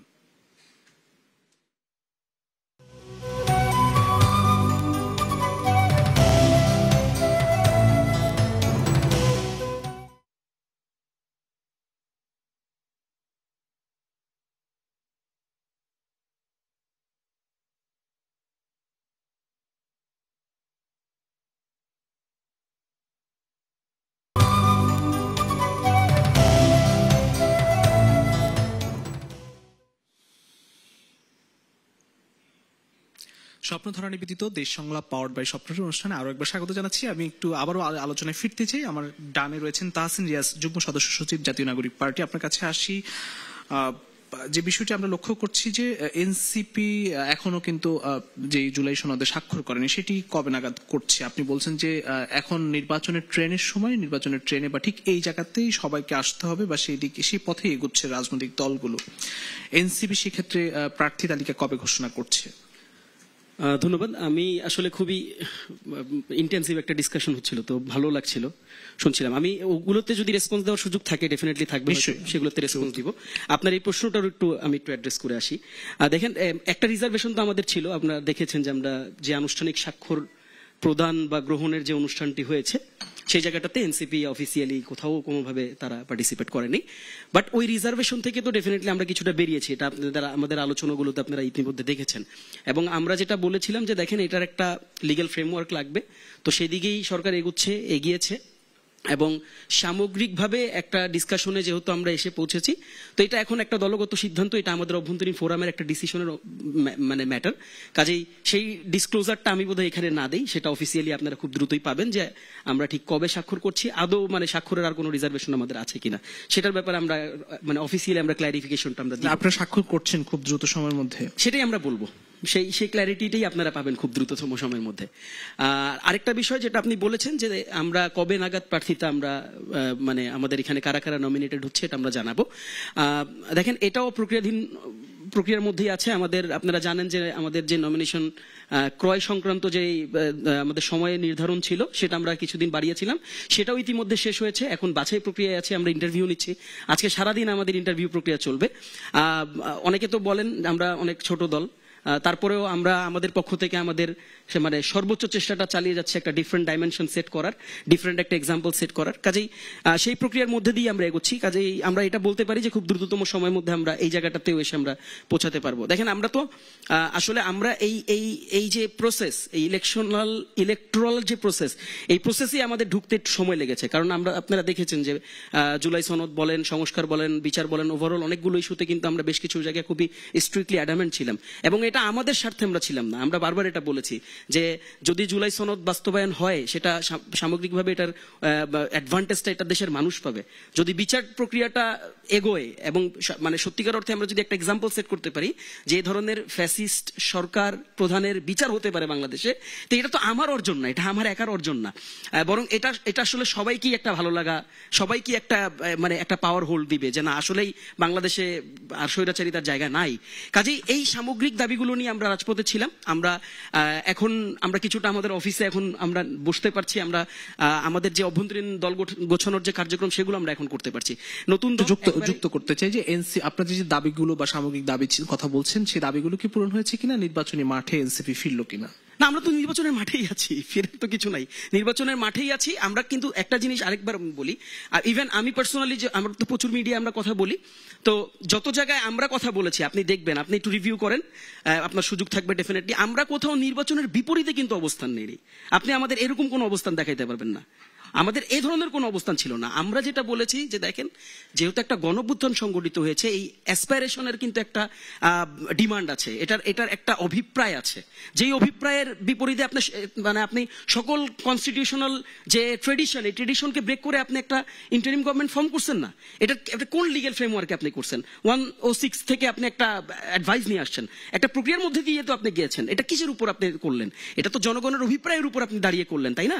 তো আমরা এটাই বলেছি যে দেখেন এই গণঅভ্যুত্থানের বিপরীতে যেই সমস্ত মানুষ এই গণঅভ্যুত্থানে পার্টিসিপেট করেছে তাদের একটা অভিপ্রায় আছে, আমরা ওই এজেন্সিকে রিপ্রেজেন্ট করতে চাই, আমরা ওই কথাগুলো বলতে চাই, কাজে ওই কথাগুলো আমরা বলার চেষ্টা করেছি। এখন আমরা খুব স্বাভাবিকভাবেই এখন আমরা আমাদের জায়গা থেকে আমরা চেষ্টা করছি যে কিভাবে আমাদের দলগত জায়গাটাকে আমরা এগিয়ে নিতে পারি, এটা হচ্ছে আমাদের মৌলিক জায়গা। আর যে আলোচনাটা হচ্ছিল আমার কাছে মনে হয় যে আলোচনাটা আরো বেশি হওয়া দরকার। জায়েদ ভাই উনি ওনার যেই ধারণাগতগুলো জায়গা, যেহেতু উনি ইলেকশন কমিশন যখন এটা রিফরমেশনের জন্য কাজ করছিল সেই জায়গাটাতে তিনি সংযুক্ত ছিলেন। আমার কাছে মনে হয় জাতীয় পার্টি ইস্যুতে আমাদেরও দলগত একটা অবস্থান কিন্তু আমরা বারবার পরিষ্কার করেছি। দেখেন আপনি এখানে অনেক লিগেল অ্যাসপেক্টস এর কথা বলতে পারবেন, আপনি অনেকগুলো লিগেল ফ্রেমওয়ার্কের মধ্যে থেকে জাতীয় পার্টিকে জাজ করতে পারবেন, সেগুলো কিন্তু ভুল হবে না। আপনি যদি লিগেল ফ্রেমওয়ার্ক, আপনি যদি বলেন যে জাতীয় পার্টির নিবন্ধন আপনি বাতিল করেন, আপনি ডাকবেন না কেন? তো এই কথাটা কিন্তু শুনতে সঠিকই মনে হয়, শুনতে সঠিক মনে হয় না? তাহলে দেখেন সবকিছু আসলে প্রসেসে, সবকিছু আসলে লিগেল ফ্রেমে চলে তো না, চলে নাই বলে তো আপনার এখন এসে আপনি সংবিধানের বাইরে গিয়ে আপনি ইন্টারিম গভর্নমেন্ট ফর্ম করছেন, আপনি এখনো রাষ্ট্রপতির একটা স্ট্যাচু করে রেখে দিচ্ছেন, আপনি এখন যে ইলেকশন আপনার সামনে হবে, ইলেকশনের আপনি যে প্রক্রিয়ার মধ্যে এগোচ্ছেন সেই প্রক্রিয়াটা নিয়ে আসলে আপনি কিভাবে এগোচ্ছেন, আমরা তো এই প্রশ্নগুলোও করতে পারি। এই প্রশ্নগুলোও কিন্তু সঠিক, এই প্রশ্নগুলো কিন্তু ভুল না, কিন্তু আমাদেরকে এটা বুঝতে হবে যে প্রশ্ন সঠিক হইলেও ওই প্রশ্নের নৈতিক ভিত্তিটা কতটুকু আছে। এনসিপির অবস্থান কি? আমি অবস্থানটা নিয়ে আমি আলোচনা করছি। দেখেন জাতীয় পার্টি ইস্যুতে আমরা বারবার বলেছি, জাতীয় পার্টির আপনি বিগত 16 বছরের যদি রাজনীতির দিকে তাকান, জাতীয় পার্টি একেবারে পিওরলি ফ্যাসিজমের ল্যান্সপেন্সার হিসেবে কাজ করেছে, এবং জাতীয় পার্টি আওয়ামী লীগকে লিগ্যালাইজ করা, জাতীয় পার্টি শুধু আওয়ামী লীগকে লিগ্যালাইজ করা কিন্তু না। আপনাকে বুঝতে হবে বাংলাদেশের যে আধিপত্যবাদী যে অংশ, যারা বাংলাদেশকে হচ্ছে তাদের একটা প্রাদেশিক রাষ্ট্র হিসাবে যারা ট্রিট করতে চায়, তাদের সাথেও কিন্তু জাতীয় পার্টির একটা সম্পৃক্ততার কথা আপনি শুনেন নাই? জাতীয় পার্টির একটা বিরাট নেতা দেশে এসে কি বলেছিল যে ভারতের সাথে কি কথা সেটা বলা যাবে না। আপনি বাংলাদেশের রেসপেক্টে রাজনীতি করেন, আপনি বাংলাদেশের সংবিধান মেনে আপনি রাজনীতি করছেন, আপনাকে ভারত কি বলে এসেছে, সেটা কি সিক্রেট, কি দিয়ে কোন মিশন দিয়ে আপনাকে ভারত পাঠিয়েছে, আপনি সেটা বলতে পারতেছেন না। সেই মিশন আমরা 24-এর ভোটে দেখি, সেই মিশনের বাস্তবায়ন আমরা 18-র ভোটে দেখি, 13-14-র ভোটে দেখি। কাজেই দেখেন জাতীয় পার্টি নিয়ে, হ্যাঁ আমি জায়েদ ভাইয়ের সাথে এই পয়েন্টে আমার দ্বিমত নাই, জাতীয় পার্টির ইস্যুতে গভর্নমেন্টকে ক্ল্যারিটি দিতে হবে। এটা বার্ডেন অন গভর্নমেন্ট, কিন্তু এটা বার্ডেন অন আস না। এটা ইজ ভেরি রাইট ডিবেট, যে এটা তো আসলে আমি সিদ্ধান্ত দিব না বা এই সিদ্ধান্ত নেওয়ার ক্যাপাসিটি আমার না। What I can do, I can place my demand and this is what I am doing now. আমাদের নূর ভাইদের যে সংগ্রাম, আচ্ছা নূর ভাইদের সংগ্রাম কি আপনারা দেখেন নাই? নূর ভাইদের সংগ্রাম তো আমরা সবাই দেখছি, আমরা তো গণ অধিকারের সংগ্রামটা দেখছি। কাজে দেখেন নূর ভাইরা যখন একটা ডিমান্ড প্লেস করে, সেখানে যদি গণঅভ্যুত্থানের one of the very prominent power house NCP যদি এই ধরনের ডিমান্ড প্লেস করে, তাহলে সরকারকে এই ব্যাপারটা নিয়ে ভাবা উচিত যে আসলে তারা জাতীয় পার্টির ইস্যুতে কি ধরনের অবস্থান নেবেন। এবং আট দল জাতীয় ইনফ্যাক্ট জাতীয় পার্টির ব্যাপারে খুবই স্ট্রং একটা পজিশন নিয়েছে। কাজেই দেখেন, হ্যাঁ আপনি একটা সিদ্ধান্তে আসেন, আপনি এইভাবে করে তাদেরকেও ঝুলিয়ে রেখেন না, একটা সিদ্ধান্ত আসেন, একটা সিদ্ধান্ত দেন। আর আপনার যদি এত সক্ষমতা থাকে, যেমন দেখেন আজকে বিএনপি আমরা দেখি বিভিন্ন ফরম্যাটে বিভিন্ন ওয়েতে জাতীয় পার্টিকে ইলেকশনে নিয়ে আসতে, ভাই এই রাজনীতিটা তো আমরা বুঝি, জাতীয় পার্টিকে আপনার কেন দরকার আগামীর মানে ভোটে, সেটার একটা বড় রাজনীতি আছে। এটা শুধুমাত্র যে হ্যাঁ আমরা একটা ডেমোক্রেটিক সিচুয়েশনে আমরা সবাইকে সহাবস্থানে রাজনীতি করতে চাই, সবাই বাংলাদেশে এসে রাজনীতি করবে, খুব মজা হবে, খুব ভালো একটা ভোট হবে, ইটস নট। এটা তাদের বিহাইন্ড দ্য সিন না, এটা বিহাইন্ড দ্য ডিসকাশন না। জি, এই বিষয়ে এটা নিশ্চয়ই আমাদেরকে বুঝতে হবে। এই বিষয়ে নিশ্চয়ই জনাব মওদুদ আলমগীর পাভেল ভাই বলবেন। আমি একটু যেতে চাই, অসংখ্য ধন্যবাদ জনাব তাহসিন রিয়াজ। আমি একটু যেতে চাই ডক্টর জাহিদুর রহমান আপনার কাছে। বড় সম্পদ, আমরা বিশ্বাস করি এই স্বপ্নগুলিতেই তৈরি হবে স্বপ্নের বাংলাদেশ। স্বপ্ন ধরা, ধরনীর বুকে স্বপ্নের ঠিকানা। যেটি জনাব মওদুদ আলমগীর পাভেল ভাই যেটি বললেন যে আসলে জামাত বা আট দল তারা যতটা তাদের দাবি নিয়ে মাঠে সরব, তার চেয়ে বেশি সরব নির্বাচনী প্রচারণায়, যেটি জনাব পভি হাজ্জাজ বললেন। আর সেই ক্ষেত্রে আসলে নির্বাচনে মাত্র 2 মাস বাকি, এই সময়ে এসে আসলে নির্বাচনে যে আমেজ থাকার কথা সেটি কতটা দেখছেন, এবং রাজনৈতিক দলগুলো কতটা নির্বাচনমুখী হতে পারলো বা সরকার তাদেরকে কতটা নির্বাচনমুখী করতে পারলো, সে পরিস্থিতি কেমন দেখছেন? তাহসিনের বক্তব্য থেকে দু একটা জিনিস অ্যাড্রেস করা জরুরি। পলিটিক্স আসলে সবাই করে, হ্যাঁ সবাই করে, পলিটিক্সের মাঠে সবাই পলিটিক্স করবে, এটাই নিয়ম, ফুল স্টপ। এমনকি জনপ্রিয় ইস্যু, নৈতিক ইস্যু নিয়ে পলিটিক্স হওয়াই উচিত। কিন্তু আমরা অনেকে খারাপ ভাবে বলে আপনি তো এটা নিয়ে রাজনীতি করছেন। উত্তর হচ্ছে গণতান্ত্রিক দেশে সবকিছু নিয়ে রাজনীতি হতে হবে। সংস্কার খুবই দরকারি জিনিস, এনসিপি সংস্কার নিয়ে রাজনীতি করেছেন, ইটস পজিটিভ। আমি কলাম লিখেছিলাম যে আপনার চিন্তাটাকে পলিটিক্যাল এজেন্ডায় পরিণত করা হচ্ছে পলিটিক্সের কাজ, নাহলে আপনি পলিটিক্যাল পার্টি হিসেবে সাস্টেইন করবেন না। জাতীয় পার্টি নিয়ে রাজনীতিটা বিএনপি করছে, ট্রু, জামাত করছে না, এনসিপি করছে না। একটা উদাহরণ দিই, জামাতের উদাহরণটা বেশি ভালোভাবে ফিট করবে। আচ্ছা, মানে মজাটা এই জায়গায়, আওয়ামী লীগ যখন নিষিদ্ধ করার জন্য হাসনাত আব্দুল্লাহ আসলেন, পরে এনসিপি গেল, জামাতও গেল। জামাত আওয়ামী লীগ নিষিদ্ধ করার বিরুদ্ধে অফিসিয়াল কোনো অবস্থান নেয়নি, ওনাদের নেতারা গেছেন। আমি একজনের কথা মনে করতে পারি, পরে শাহবাগে যে জমায়েত হলো সেখানে জামাত শিবির গেল, স্লোগানও দিল। সেই জামায়াতে ইসলামী জাতীয় পার্টি নিষিদ্ধ করার জন্য অফিসিয়াল স্টেটমেন্ট 2 দিন পর জনাব তাহেরকে, এমনকি ডক্টর ইউনূসের সাথে উনি যখন সাক্ষাৎ করতে গেলেন সেখানে অফিসিয়ালি বলে আসলেন জাতীয় পার্টিকে নিষিদ্ধ করতে হবে। এখন আমার প্রশ্ন হচ্ছে, জাতীয় পার্টি কোলাবোরেটর, জাতীয় পার্টি কিন্তু অ্যাক্টর না। মেল অ্যাক্টর কে? আওয়ামী লীগ। জাতীয় পার্টির পাপ আছে? জাতীয় পার্টির পাপ কি আওয়ামী লীগের চাইতে বেশি? No way. জামায়াতে ইসলামী আওয়ামী লীগের ব্যাপারে অবস্থান নেয় নাই অফিসিয়ালি, কারণ ওনাদের একজন নেতা শফিকুল ইসলাম মাসুদ, আমি নামই বলছি, উনি বলছেন যে আমার দলের অবস্থান না, আমি আমার নিজের আগ্রহে এখানে এসেছি। ওনার ওই ছবি মিডিয়াতে ছড়িয়েছে। তো সেই দলটাই জাতীয় পার্টি নিষিদ্ধ করার জন্য এত মরিয়া হয়ে গেল কেন? অথবা আওয়ামী লীগের সাথে তার সব দোসরকে আপনি এক প্যাকেজেই তো নিষিদ্ধ করার দাবি তুলতে পারতেন, তোলেন নাই কেন? তার মানে নতুন একটা পলিটিক্যাল বাস্তবতা তৈরি হয়েছে বলে। জি, কেন সেটি? মানে আচ্ছা আমি আসছি। তার মানে একটা নতুন বাস্তবতা তৈরি হয়েছে বলেই আপনি আবার সেটাকে নিয়ে এত নেমেছেন। তার মানে রাজনীতি আসলে করছে এবং এতে প্রবলেম নেই। আমি আবারও বলছি, রাজনীতির মাঠে জনগণই ডিসাইড করবে কার রাজনৈতিক দাবিটা সঠিক বা ভুল। আরেকটা কথা একটু বলে রাখা জরুরি, মানে গণঅভ্যুত্থান হয়েছে বলে আমরা আসলে আর আইনের দিকে যাব না, এটা ঠিক না। যেমন ধরুন শেখ হাসিনার বিচার, তাহলে তো আসলে শেখ হাসিনার বিচার টিচারের দরকার ছিল না। জাতিসংঘের তদন্ত কমিটির অসাধারণ, এটা জাতিসংঘের রিপোর্ট, খুব চমৎকার রিপোর্ট, কোনো সন্দেহ নেই, ইন্টারন্যাশনাল অ্যাকসেপ্টেন্স আছে। আমরা একতরফা তার বিচার করে দিয়ে শেষ করে দিতে পারতাম, আমরা একজন লয়ার দিয়েছি। যদিও তাহসিনের এই কথাটা সামান্য হলেও কোনো না কোনো ফর্মের বিবেচনা বা ইনফ্লুয়েন্স আমাদের ইভেন বিচার ব্যবস্থা হয়তো ছিল, সে কারণে এখন খানিকটা হলে প্রশ্ন উঠছে। আমরা একটা মানুষকে তার অনুপস্থিতিতে বিচার করছি, যেটা ইন্টারন্যাশনাল স্ট্যান্ডার্ডের সাথে প্রশ্নবিদ্ধ হয়, তারা প্রশ্ন তুলবেন। ফলে আমরা যে ডিফেন্স লয়ার দিয়েছিলাম, সেই ডিফেন্স লয়ারের উচিত ছিল টু দ্য হাইয়েস্ট পয়েন্ট। আমরা ডেভিড বার্গম্যানের লেখা দেখছি, যদিও ডেভিড বার্গম্যানকে এখন ভাল লাগবে না, একটা সময় তিনি এসব নিয়ে আগেও শেখ হাসিনার সময় যে আইসিটিতে প্রহসন হয়েছিল সেটার বিরুদ্ধে কথা বলেছিলেন। সো যে কথাটা বলতে চাচ্ছিলাম, যাই ঘটুক না কেন আমরা শেখ হাসিনাকে সরানোর পর আমরা এক্সপেক্ট করি আইনের মাধ্যমে হোক। জাতীয় পার্টি নিয়ে যে বক্তব্যগুলো তাহসিন বা নূর দিচ্ছেন, নূর যে আন্দোলনে গেছেন, নূর যে দাবি করছেন, এটার সাথে কিন্তু আমার দ্বিমত নাই। একটা জিনিস কিন্তু বুঝতে পারতে হবে, আমার আর্গুমেন্টের জায়গাটা কিন্তু ভিন্ন। আমরা দেখতে চাই আমাদের একটা সাংবিধানিক প্রতিষ্ঠান, তার যে দায়িত্ব আছে তার উপর অর্পিত দায়িত্ব, এবং সেটা আমাদের অফ রেকর্ড যে কথাগুলো হচ্ছিল আমি এখানে একটু অন রেকর্ড বলতে চাই, বিস্তারিত না, যে অন্তত কেন তারা ডাকছেন না জাতীয় পার্টি বা অন্য দলগুলোকে, সেই ব্যাখ্যা আসলে তাদেরকে দিতে হবে, সেটা সবচেয়ে জরুরি ব্যাপার। এবার আমি নির্বাচনের প্রসঙ্গে আসি। আমার ধারণা জামায়াতে ইসলামী আসলে মাঠে একটা এজেন্ডা রাখতে চায়, যেটা পাভেল ভাই বলছেন, উইচ ইজ রাইট, যে কর্মীদেরকে চাঙ্গা রাখা। একই সাথে সম্ভবত দীর্ঘদিন বিএনপিকেও এই এজেন্ডাতে ব্যস্ত রাখা হয়েছিল, বিএনপিও অনেক ক্ষেত্রে এগুলোর সাথে জড়িয়েছিল, সেটা একটা। এবং আরেকটা ইস্যু আছে বলে আমার মনে হয়, সেটা হলো একটা আন্দোলন দীর্ঘ সময় করে সেখান থেকে সরে যাওয়া কিন্তু একটা রাজনৈতিক দলের জন্য সহজ কাজ না। নির্বাচনের আগে ধরুন আপনি লোয়ার হাউসে পিআর চেয়েছেন, আপনি গণভোট নভেম্বরে চেয়েছেন, এই কোনোটাই তো আসলে হলো না। সো আপনি একটা পরাজয় নিয়ে নির্বাচনে যাবেন, এই জিনিসটা অ্যাকসেপ্ট করা সোজা না। ফলে তারা ওপরে ওপরে অন্তত এই দাবিটা জারি করে রাখছে, আমার ধারণা এটাই প্রধান কারণ। আর নির্বাচনী আমেজ আসলে সত্যিকার অর্থে কম এসছে, এতে কোনো সন্দেহ নেই। কারণ হলো আপনার এখানেও আমরা একটা পুরো গোল টেবিল করেছিলাম, এই সংলাপ করেছিলাম ডাকসু নির্বাচন নিয়ে।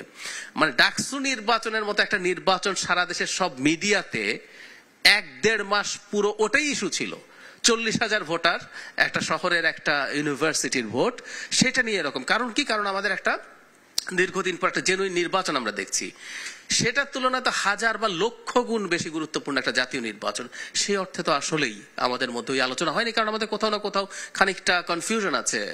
বব্বি ভাই যেটা বলছেন, হুইচ ইজ ভেরি রাইট, যে এই প্রশ্ন তো হচ্ছে, যেদিন এই প্রশ্নটা হবে না সেদিনই আমরা আসলে সেই আমেজে ঢুকতে পারবো। আমিও এই প্রশ্ন প্রচুর ফেস করি, যদি আমি বিশ্বাস করি নির্বাচন হবেই, এটা ছাড়া কোনো অল্টারনেটিভ নেই। কিন্তু ওই দলগুলো যেহেতু তাদের নানান রকম প্রক্সি ফাইট করছে সামনে, জনগণ এই কারণে এটা প্রক্সি ফাইট বলছে। ওনারা জানেন, যেমন জামায়াত ইসলামী প্রথম থেকে জানেন বলে মনে করি আমি, যে লোয়ার হাউসে পিআর এবার হচ্ছে না, কিন্তু উনি এই ফাইটটা করেছেন। এটা তাদের একটা পলিটিক্যাল হিসাব নিকাশের ব্যাপার আছে। তো এই প্রক্সি ফাইট গুলো সাধারণ মানুষ তো অনেকে বোঝেন না, অনেকে এটা নিয়ে কনফিউজড হয়ে যান, ও তো এটা নিয়ে এরকম বলছে ওরকম বলছে। তো আমি মনে করি এটা আর খুব দ্রুতই অচিরেই কেটে যাবে। আর ইনফ্যাক্ট আমাদের তফসিলের সময়ও চলে এসছে, আর আমেজের মধ্যে না ঢুকে উপায় নেই। অসংখ্য ধন্যবাদ জনাব ডক্টর জাহিদুর রহমান। আমি একটু যেতে চাই আমার ডানে জনাব ববি হাজ্জাজ, আপনার কাছে আসি। যে নির্বাচন নিয়ে শঙ্কার কথা বলা হচ্ছে, কিন্তু এই শঙ্কা জনাব আবুল কালাম আজাদ মজুমদার যিনি বলছেন যে আসলে শঙ্কা আসলে তাদের কাছে শঙ্কা জানাচ্ছেন, বা যারা আসলে স্বৈরাচারের সঙ্গে ছিলেন বা দোষর তারা, সেক্ষেত্রে আসলে নির্বাচনী এই বিষয়ে যদি আপনি একটু বলেন। আরেকটি বিষয় হচ্ছে যে নির্বাচনী আমেজের মধ্যে আসলে কতটা রাজনৈতিক দল বা দেশ ঢুকলো। জি, এগেইন আপনাকে অসংখ্য ধন্যবাদ। দ্বিতীয়বার ফিরে সেম প্রশ্নতে এসছি আবার, which is absolutely fine। আমি একটা কথা আগে বলবো যে আমরা সবাই এখানে অ্যাটলিস্ট যারা আছি সবাই অনেক বছর নিজে নিজের জায়গা থেকে অনেক কাজ করেছি গণতন্ত্র পুনরুত্থানের জন্য। সো এখন একে অপরের দিকে ফিঙ্গার পয়েন্টিং এগুলো আসলে অশোভনীয়। আমি আজাদ ভাই যে কথাটা বললেন, এখানে উনি সরকারি দায়িত্বে আছেন, সরকারি স্পোক্স পারসন, সরকারি হয়ে উনি কথা বলবেন। তবে আমি জাস্ট একটু পরিষ্কার করতে চাই, যেহেতু উনি বললেন যে আমি আখ্যায়িত করেছি, তো আখ্যায়িত যদি যেহেতু বললেন, যেহেতু বলি ওয়াহিদুদ্দিন মাহমুদ সাহেব, অ্যাডভোকেট রেজবানা, মাহফুজ আলম, জেনারেল জাহাঙ্গীর আলম, ফজল কবির, প্রথম তিনজন বারবার করে বলেছেন যে ওনাদের যে প্রমিসগুলো আছে সেগুলো ওনারা সঠিকভাবে সার্ভ করবেন। যখন নির্বাচনের টাইম নিয়ে গত 2-3 মাসে ওনাদেরকে জিজ্ঞেস করা হয়েছে, ওনারা বলেছেন, এটা রেকর্ডে আছে, মিডিয়া রেকর্ডে আছে। জাহাঙ্গীর আলম সাহেবকে পুলিশ রিফর্মস নিয়ে যখন কথা বলা হয়েছে, তখন উনি এটার সঠিক উত্তর অনেক জায়গায় উনি ক্লিয়ার উত্তর দিতে পারেন নাই, কিন্তু উনি বলেছেন আপনাদের চিন্তা করতে হবে, এটা হয়ে যাবে। ফজল কবির সাহেব বলেছেন নির্বাচনের প্রয়োজন আছে, তাছাড়া ইনভেস্টমেন্ট আসবে না, সুন্দর করেই বলেছেন। তবে যখন ওনাকে পুশ করা হয়েছে মিডিয়া থেকে যে নির্বাচন হবে কিনা, উনি ওইটার কোনো উত্তর দেন নাই। এই জিনিসগুলো, যেমন মনে করেন প্রত্যেকটি উত্তর আজাদ ভাইয়ের কাছ থেকে যেমন আসে যে না নির্বাচন হচ্ছে, তো ওনারা সবাই যদি এভাবে শক্তভাবে বলতেন আরো ভালো হতো। আমি নিন্দার জন্য বলিনি, আমি সিচুয়েশনটা বলছি। আমি এটা বলিনি যে কে দোষর কে দোষর না, আমি বলেছি জনগণের ভেতরে এই প্রশ্নটা যতক্ষণ পর্যন্ত থাকবে ততক্ষণ পর্যন্ত একটা ছোট হলেও আশঙ্কা থাকবে। আমাদের সবার একটা দায়িত্ব আছে জনগণের ভেতর থেকে এই প্রশ্নটা যেন আর না থাকে জনগণের ভেতরে। এক আওয়াজে সবাই পরিষ্কার নির্বাচন হচ্ছে, এখন নির্বাচনের জন্য রেডি হন। এই যে যেমন ডক্টর জাহিদ ভাই মাত্র একটু আগে বললেন যে ভাই ঢাকা বিশ্ববিদ্যালয় নির্বাচন, রাজশাহী বিশ্ববিদ্যালয়ের নির্বাচন নিয়ে আপনারা পুরো দেশকে মাতিয়ে দিয়েছিলেন, মিডিয়া ফোকাস ওই জায়গাটায় ছিল। আজকে জাতীয় নির্বাচন মাত্র 2 মাস বাকি, এখনো জনগণের ভেতরে এই প্রশ্ন কেন? এই যে জাতীয় পার্টি নিয়ে যে আলোচনাটা শুনছি, এখানে ঝগড়ার কিছু নেই ভাই। জাতীয় পার্টি এখানে আপনার ডক্টর জাহিদ ভাই বললেন যে কে নিষিদ্ধ চায় নাই। আমি আইসিটিতে যে মামলা করেছি, কমপ্লেন ফাইল করেছি, জাতীয় পার্টি এবং বাকি সবগুলো যতগুলো হাসিনার ছিল, হাসিনার সাথে যতগুলো দল ছিল, এদের সবাইকে নিষিদ্ধ ঘোষণা করার জন্য আমি অফিসিয়ালি কমপ্লেন ফাইল করেছি। কিন্তু অফিসিয়ালি কমপ্লেন ফাইল করেছি সেটা ঠিক আছে, আমরা আইনের সুব্যবহার সুব্যবস্থা দেখতে চাই। এবং আরেকটা জিনিস ভাই অত্যন্ত গুরুত্বপূর্ণ, আমরা যদি সামনে আসলেই বহুদলীয় রাজনীতি এবং সঠিক ডেমোক্রেটিক প্র্যাকটিস দেখতে চাই, তাহলে ও এটা করেছে দলই বাতিল করে দেবো, ও এটা করেছে দলই বাতিল করে দেবো, এই প্র্যাকটিসগুলো থেকে আমাদের দূরে সরে আসতে হবে। আওয়ামী লীগ সেপারেট কেস ছিল, তাদের জন্য আইনি বিচার, সেপারেট প্রক্রিয়া। আওয়ামী লীগের সাথে বাকি যে 13 দল ছিল তাদের আসলে বাকি এই টেবিলে সবাই রাজনৈতিক সচেতন লোক। আমাকে একজন বলেন তো এই টেবিলে 13টা দলের নাম পুরো বলতে পারবে? একজন বলেন ভাই। না, তাইলে মানে সো যারা আসলে অ্যাকচুয়ালি ওই দলের নাম নিয়ে বা কিছু করে দুষ্কৃতি করেছে তাদের বিচার অত্যন্ত গুরুত্বপূর্ণ। এই যে যেমন তাহসিন একজন তরুণ উদীয়মান এবং সামনে ওনার অনেক ব্রাইট ফিউচার, আমরা সবাই ওনাকে অনেক আদর করি, স্নেহ করি, ওনার অনেক ব্রাইট ফিউচার। উনি একটা কথা বললেন যে জাতীয় পার্টির এক নেতা বিদেশ থেকে এসে বলেছে যে বিদেশে কি কথা হয়েছে সেটা বাংলাদেশের জনগণের সাথে সে শেয়ার করতে পারবে না। তাহলে এদের দিকে তুমি তাকাও না কেন?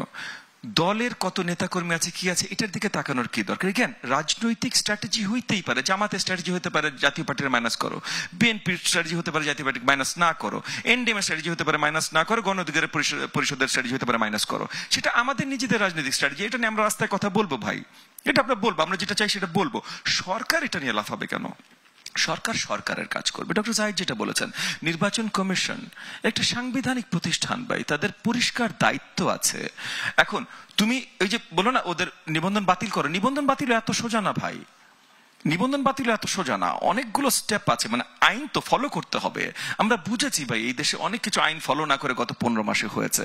হাসিনার আমলে একটা জিনিস দেখবেন যেটা হাসিনা করতো এবং বেশ মোটামুটি অনেক জায়গায় সাকসেসফুল ভাবে করতো, লাস্টের দিকে এটা করা বন্ধ করেছিল।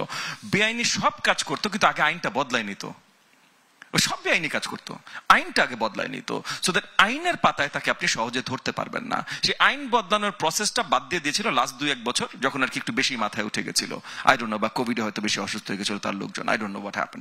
বাট গত 15 মাসে আমরা একটা প্রবণতা দেখেছি যে আইনকে ঠিক তোয়াক্কা না করা, ডক্ট্রিন অফ নেসেসিটি একবার অ্যাপ্লাই করে on the basis of government, এটা হয়ে গেছে, ওইটার ভিত্তিতে গভর্নমেন্ট তৈরি হয়ে গেছে। এখন এই গভর্নমেন্টকে আইন মেনে চলতে হবে। আইনের বদল কিন্তু গভর্নমেন্ট আনতে পারে ভাই, প্রজ্ঞাপন দিয়ে, অর্ডিন্যান্স দিয়ে আইনের বদল আনতে পারে। শেষ পর্যন্ত আমরা নতুন একটা শব্দ শুনলাম, আদেশ দিয়ে, ঠিক আছে, আইনের বদল আনতে পারে, তাহলে আইনের সঠিক বদলটা এনে তারপর করেন। বাট আইনি প্রক্রিয়া থাকাটা অত্যন্ত গুরুত্বপূর্ণ। সো এগেন আমরা কেউ, আমি আবার পরিষ্কার করি ভাই, আমরা কেউ চাই না কোনো ধরনের আশঙ্কা থাকুক। কারণ আমি কিন্তু এখন যে আপনাদের এখানে কথা শেষ করে আমি আমার নির্বাচনী এলাকায় চলে যাব প্রচারণায়, মানে আজাদ ভাই ভুল বলেন নাই ভাই, আমি চলে যাব প্রচারণায়, কারণ আমার নির্বাচন করতে হবে। আমার এলাকায় প্রত্যেক দিন আমার অন্য যারা প্রতিদ্বন্দ্বী ক্যান্ডিডেটস আছেন অন্য মার্কার অন্য দলের, তারা বড় বড় নির্বাচনী প্রসেশন করছেন, অনেক কিছু করছেন, আমার কম্পিট করতে হবে, আমি চলে যাবো। আমি কিন্তু নির্বাচনে পুরোপুরি ব্যস্ত। ওই নির্বাচনের মধ্যে যখন মনে করেন দিনে আমি 2000 ভোটারের গলায় মিলাইলাম, তার মধ্যে যদি আমার 50 জন জিজ্ঞেস করে যে ভাই নির্বাচন হচ্ছে তো, আপনারা দিতে চাই, হচ্ছে তো, তো তখন এই প্রশ্নটা আমি সরকারের কাছে আনবো না তো কার কাছে আনবো? আজকে সরকারের প্রতিনিধি হিসাবে এখানে কে বসা? সো সেই জায়গা থেকে আমি বললাম যে আপনারা আরেকটু জোরদার ভাবে, এগেন আমি বলছি না আপনারা খারাপ কাজ করছেন ভাই, বাট আরেকটু জোরদার ভাবে পরিষ্কার করেন যেন আমারও এই প্রশ্নের সম্মুখীন না হতে হয় যে আমার ভোটার আমাকে এসে বলবে ভাই নির্বাচনটা আদৌ হবে কিনা। এইটা জি, অসংখ্য ধন্যবাদ। অসংখ্য ধন্যবাদ জনাব ববি হাজ্জাজ। আমি একটু যেতে চাই, আমার বামে রয়েছেন জনাব নুরুল হক নূর, আপনার কাছে। বড় সম্পদ, আমরা বিশ্বাস করি এই স্বপ্নগুলিতেই তৈরি হবে স্বপ্নের বাংলাদেশ। স্বপ্ন ধরা, ধরনীর বুকে স্বপ্নের ঠিকানা। আমরা একবার খবর চাউর হয়েছিল যে এনসিপি গণ অধিকার একসঙ্গে তারা হচ্ছে এক হচ্ছে, সেটি আসলে কত দূর এবং একই সঙ্গে গণ অধিকার নির্বাচনে এবার আসলে কাদের সঙ্গে জোট করছে এটি নিয়ে যদি একটু বলেন। জি, আমারও ধন্যবাদ। আমরা বিশেষ করে এনসিপি এবং গণ অধিকার পরিষদ দুটোই একেবারেই তরুণদের নেতৃত্বে গঠিত রাজনৈতিক দল, এবং এনসিপির এখন কনভেনার থেকে মেম্বার সেক্রেটারি টপ যারা লিডার, তারা অনেকেই গণ অধিকার পরিষদের যেখান থেকে উত্থান ছাত্র আন্দোলন, ছাত্র অধিকার পরিষদের সাথে সরাসরি সম্পৃক্ত ছিল টপ লিডারদের অনেকেই। সেই জায়গা থেকে আমাদের মধ্যে ব্যক্তিগত ভালো আলাপ আলোচনা, বোঝাপড়া আছে, রাস্তাঘাটে দেখা হলে, যেখানে দেখা হয় ইনফর্মালি ফর্মালি অনেক আলাপ আলোচনা করি। তো সেই জায়গা থেকে আসলে আলাপ আলোচনা হচ্ছিল যে যেহেতু মানুষ একটা অল্টারনেটিভ রাজনীতি চায়, এবং আমরা প্রকৃত অর্থে 2021 সালে যখন গণ অধিকার পরিষদের আমরা আত্মপ্রকাশ করি, সেই সময় আমরা বলেছিলাম যে এই দুর্বৃত্তায়িত দুর্নীতিগ্রস্ত রাজনীতির পরিবর্তনে আমরা বাংলাদেশের মানুষের সামনে একটা নতুন স্বপ্নের দিশা নিয়ে হাজির হয়েছি, এবং আমরা বাংলাদেশের রাষ্ট্র কাঠামো রাজনীতির পরিবর্তন চাই। আজকে যে ধরেন ঐক্যমত্য কমিশনে আলোচনা করে বাস্তবায়ন হচ্ছে যে কেউ দুইবারের বেশি প্রধানমন্ত্রী হতে পারবে না। এটি কিন্তু আমাদের দলের 21 দফা কর্মসূচির মধ্যে ছিল। দ্বিকক্ষ বিশিষ্ট পার্লামেন্ট হবে, যদিও এটা বেগম খালেদা জিয়া 2016 সালে ঘোষণা করেছিলেন ওনাদের ভিশন 2031 সম্ভবত। তো যাই হোক, সেটা ধরেন আমরা একটা নবীন দল হিসেবে আমরাও কিন্তু 21 সালের 21 দফা কর্মসূচিতে বলেছিলাম একটা ভাইব্রেন্ট পার্লামেন্টের জন্য এই ডাবল চেম্বার পার্লামেন্ট এবং এই পিয়ার আপার হাউস অন্তত পিয়ার হতে পারে। এই ধরনের সংস্কারগুলো কিন্তু আমরা আসলে বাস্তবতার নিরিখে একেবারে একটা নিম্নবিত্ত পরিবারের সন্তান এবং সমাজের বাস্তবতা দেখে আমরা এটা বুঝতে পেরেছি যে এই পরিবর্তনগুলো না হলে এই দেশকে আসলে যেভাবে আমরা দেখতে চাই সেটি কখনোই সম্ভব নয়। এবং একটা বাস্তবতা দেখেন, আমাদের দেশের বেশিরভাগই এমপি মন্ত্রী তাদের ছেলে মেয়ে পরিবার পরিজন কিন্তু সব বাইরে সেটেল। কাজী এই দেশের বাতাসে আপনার এই সীসার পরিমাণ কি, কিংবা এই দেশের আমরা যে এই পোলট্রির মুরগি খাচ্ছি কিংবা মাছ খাচ্ছি, ওই মাছে যে ক্ষতিকর ক্রোমিয়াম কিংবা সীসা দস্তার ওই যে ফিডের মাধ্যমে যাচ্ছে এবং সেটা আমাদের শরীরে যে আমাদের ড্যামেজ করতেছে, এইগুলো নিয়ে এই দেশের রাজনীতির খুব বেশি চিন্তা নেই, কারণ তাদের সব তো বাইরে সেটেল। সেই জায়গা থেকে আমাদের মনে হচ্ছে যে এইখান থেকে যারা রাজনীতি করবে তাদেরই আসলে নেতৃত্বে আসা দরকার এবং নেতৃত্বের সেটআপ একটা পরিবর্তন দরকার। যে আমাদের দেশের প্রকৃত অর্থে এটা ট্রু যে আমাদের দেশের old generation politics corrupted politics, এবং করাপশন এইটা তাদের জন্য কি বলবেন, এটা তাদের জন্য একটা সম্মানের বলতে পারবেন কিংবা অ্যারিস্টোক্রেসির অংশ হিসেবে বলতে পারবেন, যে লুটপাট করে 1000 কোটি টাকার মালিক হয়ে যাবে। হিরো থেকে জিরো মানে ওই পয়সাওয়ালা থেকে যে একেবারেই দেখা যায় নর্মাল একটা বিজনেস ছিল কিংবা ম্যান পাওয়ারের বিজনেস ছিল, সেখানে 1000 কোটি টাকা সহস্র কোটি টাকার মালিক হয়ে তারা এই সমাজের প্রভাবশালী বনে যাচ্ছে, এমপি মন্ত্রী হয়ে যাচ্ছে। বিভিন্ন সরকার আসলে সমঝোতা করে, পয়সা দিয়ে প্রভাব বিস্তার করে, মিডিয়া ব্যবহার করে তারা কোনো না কোনোভাবে গভর্নমেন্টের পার্ট হয়ে যাচ্ছে। এই পরিবর্তন থেকেই আমরা এই গণ অধিকার পরিষদ রাজনৈতিকভাবে একটা ভিন্ন। আমি ডাকসুর ভিপি ছিলাম, আমি যদি এমপি মন্ত্রী হওয়ার জন্য রাজনীতি করতাম, শেখ হাসিনার চেয়ে সবচেয়ে বেনিফিট তো কেউ দিতে পারতো না। তাদের তো নানান ধরনের প্রলোভন প্রচেষ্টা ছিল আমাদেরকে গিলে খাওয়ার বা আমাদেরকে ক্যাশ করার। তারপরে ধরেন এইখানে বিশেষ করে বিএনপির মতো একটা বড় দল, সেখানে তো জয়েন করতে পারতাম। আমরা কিন্তু একটা ডিফারেন্ট সংগ্রাম করেছি, না ছিল লোকবল ওই অর্থে, না ছিল মানি পাওয়ার, না ছিল মাসেল পাওয়ার, তারপরে কিন্তু চেষ্টা চালিয়ে গেছি এবং তারই ফাইনাল রূপ হচ্ছে এই গণ অভ্যুত্থান। যদি 2018 সালে আমরা কোটা সংস্কার আন্দোলন না করতাম, 24-এর তো কোটা সংস্কার আন্দোলন হতো না। আর ওই আন্দোলনের পরে যদি ডাকসু নির্বাচনের কিংবা আন্দোলনের পরে যদি ছাত্র কার্যক্রমে স্টুডেন্ট অ্যাক্টিভিজম গুলো না করতাম, তাহলে এই যে আজকে জাহাঙ্গীরনগর বিশ্ববিদ্যালয়, ঢাকা ইউনিভার্সিটি, জগন্নাথ ইউনিভার্সিটি, এই গণ অভ্যুত্থানের যে সমস্ত পরিচিত মুখ এবং এই তাসিনদেরকে বলবেন সরাসরি রাজনীতিতে না থাকলেও অনেকে আমাদের এই সংগ্রামকে পেছন থেকে সাপোর্ট করেছে, এগিয়ে নেওয়ার জন্য বিভিন্নভাবে সহযোগিতা করেছে, যার ফলে কিন্তু আজকের এই গণ অভ্যুত্থান রয়েছে। তো সেই জায়গা থেকে আমরা এখন আলাপ আলোচনা চলছে, হয়তো ধরেন মত পথের তো একটা ভিন্নতা তৈরি, আবার সবাই ইয়ং মানুষ, কাজে একটা ম্যাচুরিটিরও বিষয় আছে। আল্লাহ নবীকে আল্লাহ নবুয়ত দিয়েছে 40 বছর বয়সে, কাজে পরিপক্ক আসতে অনেক হয়তো সময় লাগতে পারে।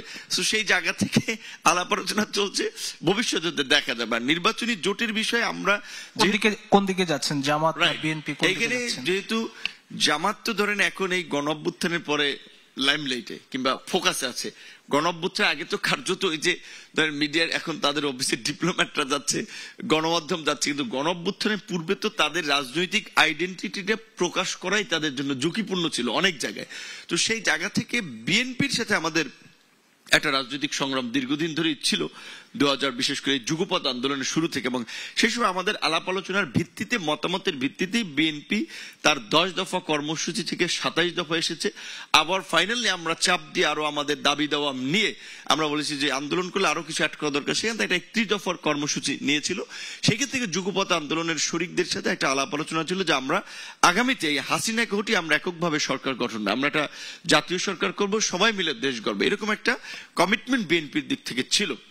এখন তো বিএনপি চাইলে এককভাবেও তার যে শক্ত অবস্থান আছে তো সরকার গঠনের দিকেও যেতে পারে। এখন বিএনপির এখনো নীতিগত সিদ্ধান্ত, তারা বারবারই আমাদের সাথে বিভিন্ন আলাপ আলোচনা বলছে, তারা একটা জাতীয় সরকার গঠন করতে চায় যুগপৎ আন্দোলনের শরিকদের সাথে। সেই জায়গা থেকে তাদের সাথেও আমাদের আলাপ আলোচনা চলছে। আবার গণ অভ্যুত্থান পরের এখন রাজনৈতিক প্রেক্ষাপটে একেবারে একটা ভিন্ন, একটা ডিফারেন্ট হয়েছে। এখন সেই জায়গা থেকে ধরেন এখন বিএনপির মধ্যে যে পরিস্থিতিটা আমরা দেখতে পাচ্ছি, বড় দল হিসেবে আওয়ামী লীগ যেমনি ভাবে 24-এ কিংবা 18-তে সবাই এমপি হওয়ার জন্য তাদের নেতা কর্মীদের একটা অস্থিরতা, এখন বিএনপিরও আবার নেতৃবৃন্দের এরকম একটা প্রবণতা আছে। তো সেক্ষেত্রে যদি জোটের সঙ্গীদেরকে ওইভাবে একটা যথেষ্ট মূল্যায়ন না করা হয় তাহলে তো আমাদের সেটা ভেবে দেখতে হবে। সেই জায়গা থেকে আলাপ আলোচনার মধ্যে আছে, এখনো কোনো কনক্রিট ডিসিশন। অসংখ্য ধন্যবাদ, একদম ক্লিয়ার। জনাব নুরুল হক নূর, আমি একটু যেতে চাই জনাব অধ্যাপক ডক্টর মওদুদ আলমগীর পাভেল, আপনার কাছে আমি একটু আসি যে ভোটের মাঠে আসলে 163 আসনে প্রার্থী তালিকা অনেকটাই চূড়ান্ত করেছে বিএনপি। 237টি আসনে, বাকি আসনগুলোতে আসলে কবে নাগাদ প্রার্থী তালিকা চূড়ান্ত করছে? ভোটের মাঠে আসলে জোট খুবই গুরুত্বপূর্ণ একটি বিষয়, সেদিকে আসলে কবে নাগাদ ঘোষণা আসতে পারে জোট নিয়ে, কাদেরকে নিয়ে জোট করছে? যে মনে হয় যে এর আগে চারজন কথা বলেছেন, আমাদের উদ্দেশ্যে বেশ কিছু প্রশ্ন বেশ কিছু জিজ্ঞাসার মধ্যে আছে, আমি জানি না কতটুকু সময় পাবো এগুলোকে অ্যাড্রেস করার জন্য। শেষের কথা থেকে শুরু করি। নূর সাহেব যেটা বলছিলেন যে 31 দফা কিন্তু তার অংশীদারিত্ব কিন্তু তার দলেরও আছে, তারও আছে। তো 31 দফা বাস্তবায়নের স্বার্থে তার তো পথ ভিন্ন হওয়ার সুযোগ নেই, এবং এটা উনি নিজেও খুব ভালো করে জানেন যে আমাদের দলের শীর্ষ পর্যায় থেকে কিন্তু জাতীয় সরকারের কমিটমেন্ট থেকে তারা কিন্তু বিচ্যুত হয়নি, এবং সেখানে আগ বাড়িয়ে কথাটি বলা হয়েছে যে নির্বাচনের ফলাফল যাই হোক না কেন আমরা একটা জাতীয় সরকারের মধ্য দিয়ে আগামী দিনের দেশ পরিচালনার দায়িত্বটি পালন করতে চাই। কারণ আমরা মনে করি যে এখনকার চ্যালেঞ্জ যতটা সরকার পরিচালনা করার ক্ষেত্রে ফেব্রুয়ারি পরবর্তী চ্যালেঞ্জটা কিন্তু তার চাইতে কম হবে না, বরং অনেক বেশি ব্যাপকতর হবে। এখানে আরো কয়েকটি বিষয় রয়েছে যে আপনি নিজেও জানেন যে আমরা প্রায় 70-এর কাছাকাছিটি আসন এখনো পর্যন্ত অমীমাংসিত রেখেছি বলবো না, এটা সুনির্দিষ্টভাবে আমাদের জোট সঙ্গীদেরকে তাদেরকে অ্যাকোমোডেট করবার জন্য, তাদের জন্য একটা আলোচনার মাধ্যমে কিভাবে একটা জোটবদ্ধ নির্বাচনের দিকে যাওয়া যায় সেই প্রেক্ষাপটেই কিন্তু সেই জায়গাগুলো শূন্যতায় জায়গায় আছে, এবং সেটা আমার মনে হয় যে গণ অধিকার পরিষদের নেতৃবৃন্দ যারা আছেন তারাও জানেন এবং অন্যরা যারা আছেন তারাও জানেন। কারণ এই আলোচনাটা নির্বাচনের চূড়ান্ত প্রার্থী তালিকা নিশ্চিত হওয়ার আগ পর্যন্ত এই ধরনের আলোচনা চলে, এটি বাংলাদেশের রাজনীতিতে আছে আজকে প্রচলিত জায়গাতে। আর বাকি কথাগুলো যেটা আছে সেটা হচ্ছে যে জাতীয় পার্টির সাথে বিএনপির এই জায়গায় নমনীয়তার যে বিষয়টাকে ইঙ্গিত করার চেষ্টা হয়েছে, আমার মনে হয় যে এই জায়গাতে আমার একটু রেসপন্ড করা দরকার। আমরা কিন্তু খুব ভালো করে জানি যে আওয়ামী সরকারকে যে 14, 18 এবং 24-এর নির্বাচনে বৈধতা দেয়া শুধু না, বলতে গেলে বাংলাদেশে বিএনপিকে ক্রমাগতভাবে নির্যাতনের ক্ষেত্রে একটা অন্যতম অস্ত্র হিসেবে, সহযোগী দল হিসেবে জাতীয় পার্টির যে অবস্থানটাকে বিএনপি কখনোই কিন্তু ভুলে যাওয়ার জায়গা থেকে দেখে না, এবং নির্বাচন এবং তার সাথে সাথে সংসদকে কলুষিত করবার কাজটি যারা করেছেন, গৃহপালিত বিরোধী দল নামের একটা কলঙ্কিত শব্দকে যারা রাজনীতিতে আমদানি করেছেন, যারা ভিন্ন দেশের একজন পররাষ্ট্র সচিবের অঙ্গুলি হেলনের রাজনীতির সিদ্ধান্তকে পরিবর্তন করেছেন, এবং বিদেশ থেকে ফিরে এসে যাদের দলীয় প্রধান বলতে পারেনি যে তার সাথে কি আলোচনাটা হয়েছে, এরকম কোন একটা দলের প্রতি কোন রকম শৈথিল্য প্রদর্শন, নমনীয়তা দেখাবার অবস্থানে অন্তত বিএনপির মতন পোর খাওয়া রাজনৈতিক দল যারা মাঠে থেকে আন্দোলন সংগ্রামে নিজেদেরকে এই পর্যায়ে পরিচালিত করেছে সেটা ভাবার কোন কারণ নেই।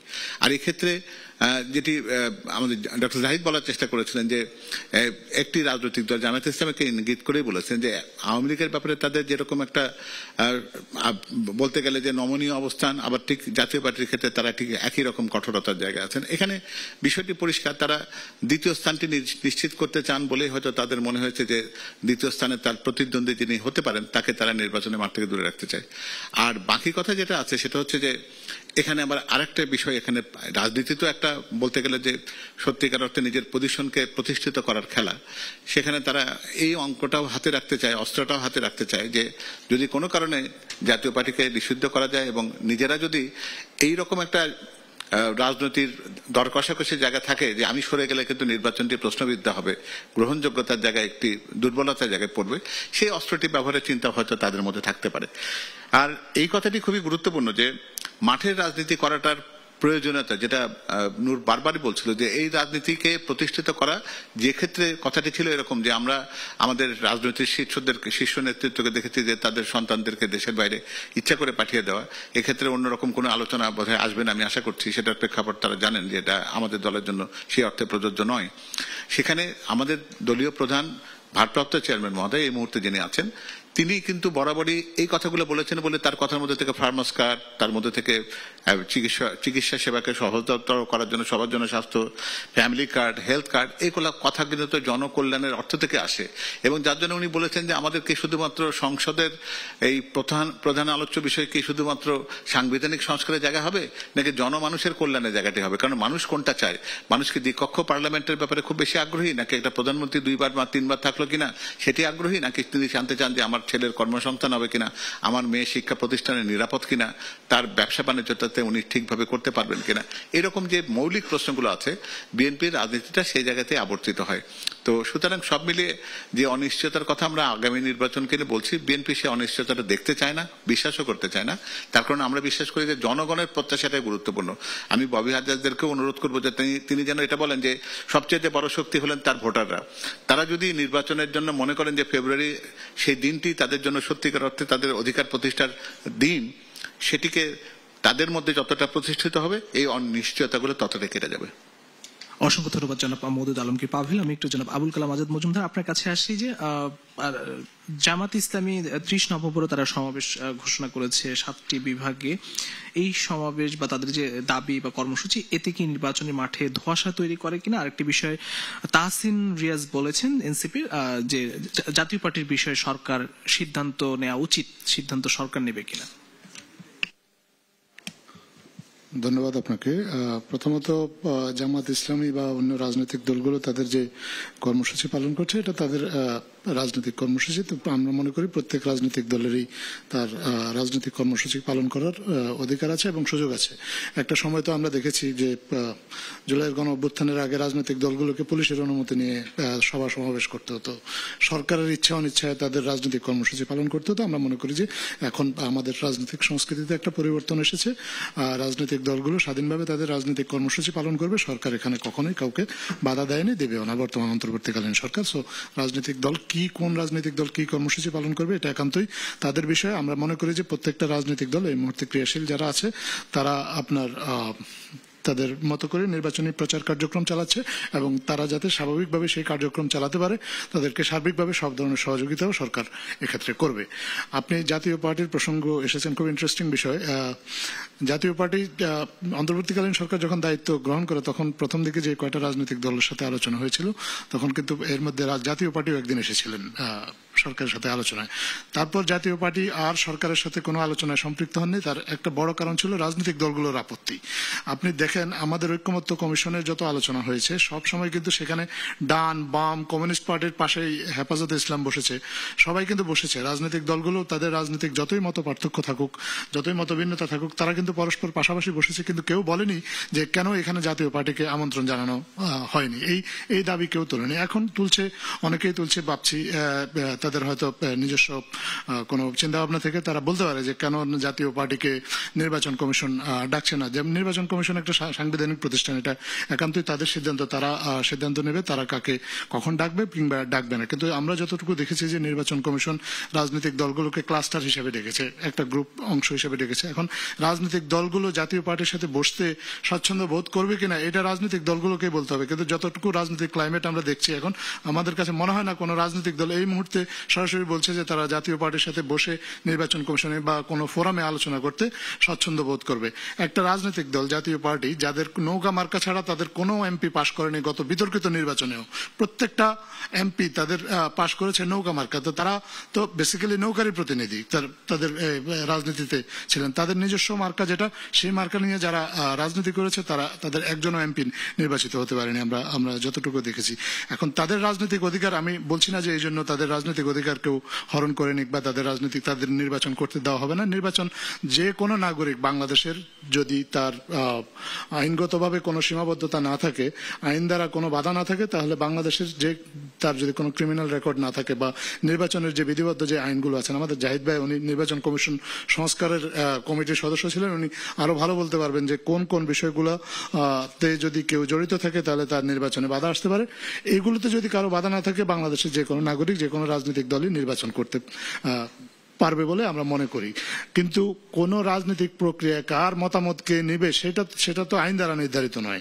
সেটা যদি আইন দ্বারা নির্ধারিত হতো তাহলে সেটা আইনের মাধ্যমে হয়তো সেটার একটা ফয়সালা হতো। নির্বাচন কমিশন কাদের মতামত নেবে এটা নির্বাচন কমিশন ওনাদের একান্তই নিজস্ব সিদ্ধান্ত, এবং রাজনৈতিক দলগুলো জাতীয় পার্টির পাশে বসে যাদের সব এমপি নৌকা দ্বারা নির্বাচিত হয়েছে, যারা একটু আগে গৃহপালিত বিরোধী দল উনি বলেছেন, বা তাদের এই মুহূর্তে অ্যাকচুয়ালি কারা জাতীয় পার্টি সেটাও আমরা অনেকেই নিশ্চিতভাবে জানি না। কারণ আমরা জাতীয় পার্টি বলতে আসলে অনেকগুলো খণ্ড বিখণ্ড আছে। এখন জাতীয় পার্টি নিজেরাও অনেক সময় তাদের আইডেন্টিটি নিয়ে একটা শঙ্কায় ভোগে, কারণ একবার এক একজনকে মহাসচিব হিসেবে, একবার এক একজনকে চেয়ারম্যান এবং অনেকজনকে কো চেয়ারম্যান হিসেবে পরিচয় করে দেওয়া যায়। এটা একটা কনফিউজিং ব্যাপার। আপনি যদি জাতীয় পার্টির সাথে আলোচনা করেন, কাকে নিয়ে আলোচনা করবেন? আবার যদি সম্মিলিতভাবে সব জাতীয় পার্টির অংশকে নিয়ে আলোচনা করেন তাহলে জাতীয় পার্টিরই এত অংশ, তাহলে সেখানে অন্য আর রাজনৈতিক দলগুলোকে আসন দেওয়া সম্ভব হবে কিনা এটা নিয়েও আপনার এক ধরনের সংশয় তৈরি হতে পারে। তো এইরকম যখন বাস্তবতা, এই বাস্তবতায় আমরা মনে করি যে জাতীয় পার্টি তার যদি রাজনৈতিক অধিকার থাকে, আইন দ্বারা যদি তার বিরুদ্ধে কোনো বাধা বিপত্তি না থাকে, তাহলে রাজনীতি তার নির্বাচন করতে কোনো বাধা নেই। শুধু জাতীয় পার্টি না, বাংলাদেশের কোনো নাগরিকেরই আইন দ্বারা যদি কোনো বাধা বিপত্তি না থাকে তাহলে তাদের ব্যাপারে তাদের নির্বাচনে অংশ নেওয়ার ব্যাপারে কোনো আপত্তির সুযোগ আছে বলে আমি মনে করি না। যদি কারো আপত্তি থাকে তারা সেক্ষেত্রে আদালতে যেতে পারেন, সেটা আদালত সেক্ষেত্রে ফয়সালা করবে। আর রাজনৈতিক দলগুলো জাতীয় পার্টিকে পাশে নিয়ে আলোচনায় বসবে কি বসবে না এই সিদ্ধান্তটা রাজনৈতিক দলকেই নিতে হবে, এটা সরকারের বিষয় না। অসংখ্য ধন্যবাদ জনাব আবুল কালাম আজাদ মজুমদার। আমরা এই আলোচনা আবারও ফিরতে চাই, একটি বিরতি থেকে ফিরে এসে প্রিয় দর্শক, স্বপ্নধারা নিবেদিত দেশ সংলাপ পাওয়ার্ড বাই স্বপ্নট্র অনুষ্ঠান নিচ্ছে আরো একটি বিরতি। ফিরছি একটু পর, সঙ্গেই থাকবো।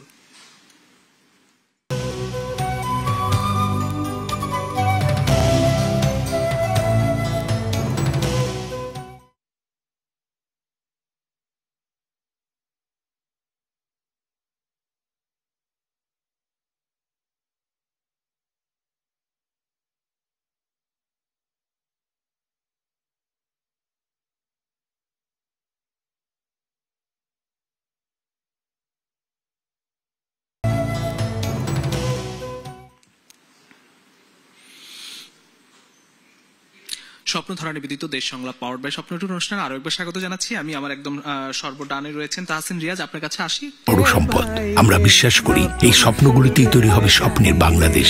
স্বপ্নধারা, ধরনীর বুকে স্বপ্নের ঠিকানা। সময় খুবই কম আমার হাতে।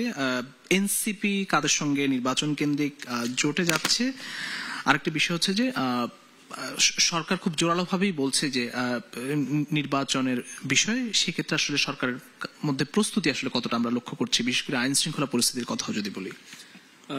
আবারও ধন্যবাদ জানাচ্ছি সবাইকে। আপনি যে প্রশ্নটি করেছেন, দেখেন এটাও আসলে অনির্ধারিত। এটাও আমার কাছে মনে হয় this is not the right time to say যে আসলে এনসিপি কারোর সাথে জোটে যাচ্ছে কিনা। অ্যাজ আপনারা সবাই জানেন, সবাই নিউজ করেছেন যে আমরা আমাদের মতন করে চেষ্টা করছি, আমাদের পরিসরে যতটুকু সম্ভব নিজেদেরকে নিয়ে এগোনোর যে প্রচেষ্টা এখনো সেটা বিদ্যমান আছে, এবং আমরা সেটাকে নিয়ে আসলে আমরা এগোচ্ছি। তবে এটা বাস্তবতা আমি একটু বলে রাখি আপনাদেরকে, যেটা আমাদের সবার বোঝাও দরকার, সেটা হচ্ছে যে এটা যেহেতু একটা প্রসেস, কাজেই সামনের দিনে সামনের পরিস্থিতিতে ওই দিনটাতে দাঁড়ায় আসলে কি ধরনের সিদ্ধান্ত আসবে এটাও আসলে এখন মানে আমরা তো ডিসাইড করতে পারি না। এটা টাইম উইল এক্সপ্লেইন আসলে যে কোনো জোটে আমরা আদৌ যাচ্ছি কিনা। তবে যেটা এখন পর্যন্ত যেটা আমাদের পার্টির ডিসিশন সেটা হচ্ছে যে আমাদের টার্গেট হচ্ছে যে আমরা এককভাবেই আমরা যতটুকু পারবো আমাদের মতন করে করব। এটি একটি বিষয়। দ্বিতীয় বিষয় হচ্ছে যে আপনারা দেখবেন যে আমরা আমাদের পক্ষ থেকে স্পেশালি নির্বাচনের প্রস্তুতির কেন্দ্রে আপনি জিজ্ঞেস করেছেন যে গভর্নমেন্টের নির্বাচনের প্রস্তুতি আছে কিনা, এটা আমি আমার দৃষ্টিভঙ্গিটা বলতে পারবো, যেহেতু গভর্নমেন্টকে রিপ্রেজেন্ট করছেন এমন একজন এখানে আছেন, তিনি তার জায়গা থেকে আরো ভালো বলতে পারবেন, বাট আমি সেটা আমার মতন করে বলবো।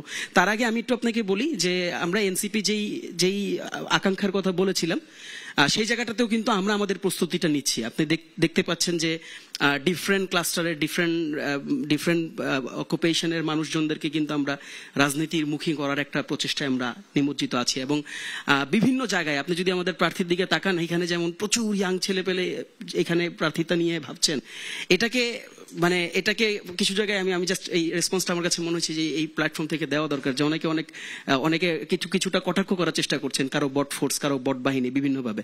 তো দেখেন, একটা জিনিস আমরা বলতে চাই যে এখন আর আগের মতন করে ভাবার সুযোগ নাই। এখন কিন্তু টেস্ট অফ পলিটিক্স, আমাদের যে পপুলেশনের যে সাইকোলজি, এগুলো কিন্তু প্রচন্ড রকম চেঞ্জ হয়েছে। কাজেই এবং আপনি দেখবেন যে এদের হাতেই গণঅভ্যুত্থান সংগঠিত হয়েছে। এই যে একেবারে ইয়াং যে ব্লাড, এই ইয়াং ব্লাডদের হাতেই কিন্তু এই গণঅভ্যুত্থানটি সংগঠিত হয়েছে। এখানে পলিটিক্যাল ইমপ্লিকেশন ছিল, পলিটিক্যাল পার্টিসিপেশন ছিল, এই জায়গায় এগুলো নিয়ে নতুন কোনো বিতর্ক নাই।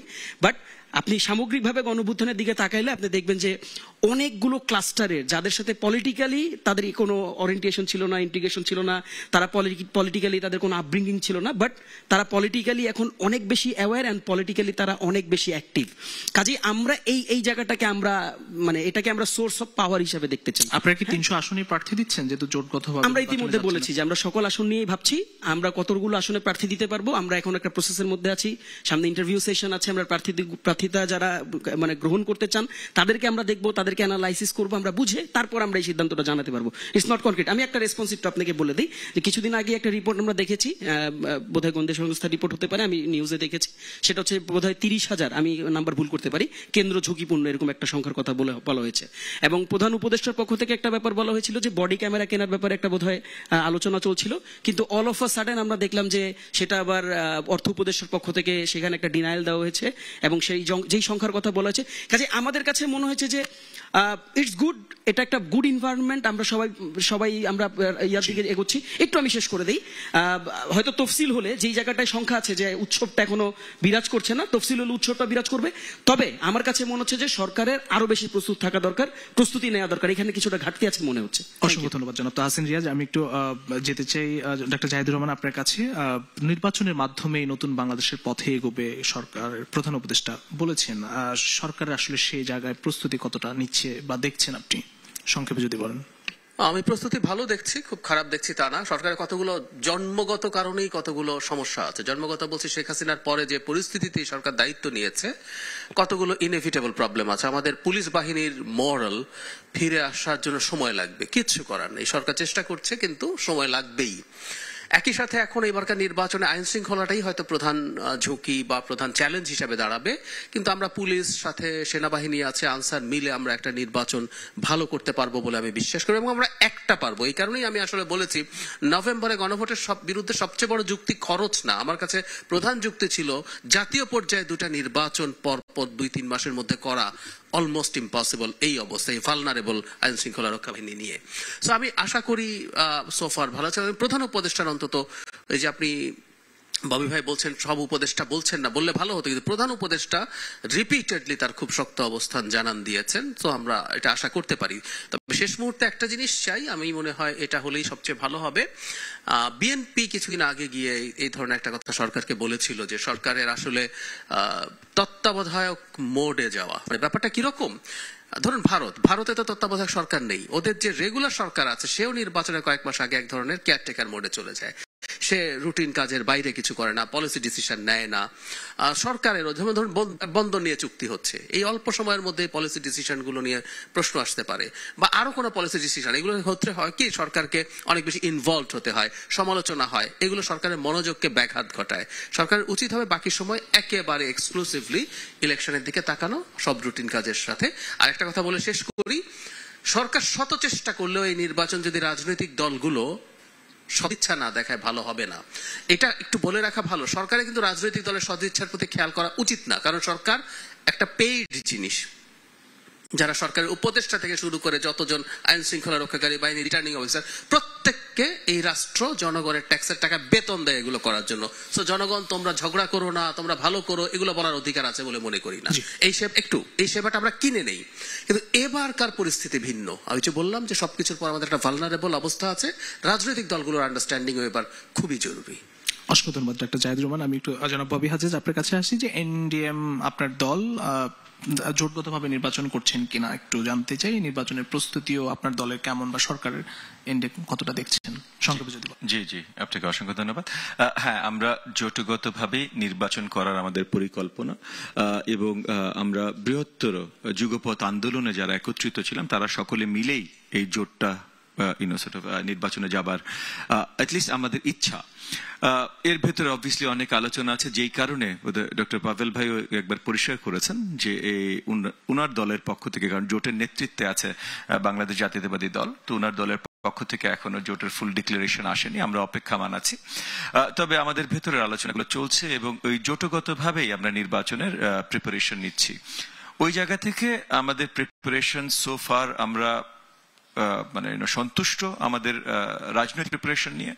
জনগণের কাছে যে সাড়া পাচ্ছি সেটাও খুবই আশাবাদী। আমরা বিশ্বাস করি সামনের নির্বাচনটা খুব সুন্দর করে যদি সরকারের কাছে অবভিয়াসলি আমাদের আরো কিছু আশা আছে, আরো এক্সট্রা কিছু কাজ সরকারের প্রয়োজন, স্পেশালি আপনার অ্যাডমিনিস্ট্রেশনের জায়গাগুলোতে, সেটা পুলিশিং বলেন বা অন্য সবকিছু বলেন, অ্যাডমিনিস্ট্রেশনের জায়গাগুলো থেকে আমাদের আরো কিছু আশা আছে সরকারের থেকে। তবে মানে আমরা আশা হারাইনি যে সরকার সেই জিনিসগুলো সুন্দরভাবে পূরণ করবে, এবং সরকার যদি আমাদের সাথে আরো বারবার বসতেও চায়, নির্বাচন কমিশনকে ইতিমধ্যে আমরা জানিয়েছি আমরা কিভাবে কোন জিনিসগুলো চাই।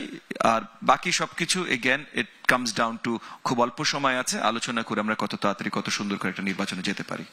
অসংখ্য ধন্যবাদ জনাব ববি হাজ্জাজ, এবং আমি যেতে চাই আমার বামে রয়েছেন জনাব নুরুল হক নূর। সম্পদ আমরা বিশ্বাস করি এই স্বপ্নগুলিতেই তৈরি হবে স্বপ্নের বাংলাদেশ। স্বপ্ন ধরা, ধরনীর বুকে স্বপ্নের ঠিকানা। সরকার নির্বাচন নিয়ে প্রস্তুতির কথা বলছেন, এই মুহূর্তে আসলে কি কি চ্যালেঞ্জ আপনার চোখে ধরা পড়ছে যদি একটু বলেন। প্রথমত যে জাহিদ ভাই যেটা বলেছে যে সরকার শত চেষ্টা করলেও যদি রাজনৈতিক দলগুলোর ওই কমিটমেন্ট না থাকে তাহলে একটা সুষ্ঠু নির্বাচন সম্ভব নয়। আমি দুটো উদাহরণ দিতে চাই। ধরেন বিএনপির সাথে আমরা একটা আন্ডারস্ট্যান্ডিং এর মধ্যে আছি, সেখানে আমার এলাকায় কিন্তু আমি ওই 5ই আগস্টের পর থেকে স্টিল এলাকায় গেলে কিন্তু বিএনপির যিনি সম্ভাব্য প্রার্থী নানান ধরনের আক্রমণাত্মক ভাষা তো আছেই, বাট সরাসরি ফিল্ডে বাধার পাচ্ছি, যেটা একটা সংঘর্ষের দিকে নিয়ে যাচ্ছে। এটা বিএনপি একটা এক্সাম্পল দিলাম। আমার আবার যেখানে নীলফামারীতে আমার একজন প্রার্থী, জামাতের লোকেরা তার পোস্টার ছিঁড়ে, আপনার ব্যানার ছিঁড়ে, এবং আমাদের ওই দলের লোকজন কয়েকজনকে শুনলাম যে পয়সা টয়সা অফার দিয়ে সুযোগ সুবিধা দিয়ে পদত্যাগ করিয়েছে। তো দেখেন, যার যেখানে মাসেল পাওয়ার আছে বা যার যেখানে শক্তি আছে সে সেখানে শক্তিটা দেখাচ্ছে। সেটা শুধু বিএনপি না, জামাতও কিন্তু আবার অন্য জায়গায় হয়তো আমি যেন অন্য কোনো পার্টি দেখাচ্ছে কিনা। তো নির্বাচনটা তো আমরা সবাই চাই যে বাংলাদেশের ঐতিহাসিক প্রেক্ষাপটে একটা সুষ্ঠু সুন্দর নির্বাচন হোক, যে নির্বাচনটা 91 নির্বাচনের মতো একটা মডেল, তুলনামূলকভাবে একটা মডেল নির্বাচন হবে। এবং এই সময়ে আমরা যারা ইলেকশনে পার্টিসিপেট করতেছি সবাই তো আমরা বিপ্লব গণ অভ্যুত্থানের পক্ষের শক্তি হিসেবে নিজেদেরকে দাবি করছি। তাহলে আমরা যদি একটা ইলেকশন না করতে পারি, আমরা যদি আরেক প্রার্থীর মাথা ফাটাই, আরেক প্রার্থীর প্রচারণায় বাধা বিঘ্ন সৃষ্টি করে একটা সংঘর্ষিক পরিস্থিতি তৈরি করি, তাহলে তো আসলে আমাদের যে আমরা আগামীতে যে নতুন বাংলাদেশের কথা বলছি, পরিবর্তনের কথা বলছি, সেটা কিভাবে সম্ভব হবে। তাই কাজে আমি এখানে বলবো প্রধানত রাজনৈতিক দলগুলোর একটা কমিটমেন্ট প্রয়োজন যে আমরা সবাই একটা সুন্দর নির্বাচন করতে চাই। দ্বিতীয়ত সরকারের কিছু শক্ত পদক্ষেপ, যেটা তাহসিন উল্লেখ করেছে, আমি এটা খুবই অবাক হয়েছি এবং জানি না যে কেন যে বডি অন ক্যামেরা কেনার ডিসিশন থেকে সরকার আবার সরে আসলো। অবশ্যই বডি অন ক্যামেরা থেকে শুরু করে, যেমন আমরা যেটা বিএনপির মতো বড় দল কিন্তু অনেক আগে থেকে স্থানীয় নির্বাচনের দাবি জানিয়েছিল সিটি কর্পোরেশন নির্বাচনগুলোতে, যে কেন্দ্রগুলোকে সিসিটিভির আওতায় আনা, কারণ ওই ভয়ে অন্তত ওইখানে কেউ আপনার অপকর্ম করবে না বা ঝামেলা করবে না। অবশ্যই বডি অন ক্যামেরার পাশাপাশি আমি মনে করি রাষ্ট্রের যদি আরো, আমি মনে করি যে কিছু টাকা খরচও যায়, তারপরেও সিসিটিভির আওতায় যদি আনা যায় কেন্দ্রগুলোকে, সেটা করা দরকার। এবং আইন শৃঙ্খলা বাহিনীগুলোর যে প্রবণতা আমরা লক্ষ্য করি যে বৃষ্টি যেই দিকে, প্রশাসন আইন শৃঙ্খলা বাহিনী ছাতা ওই দিকে ধরে।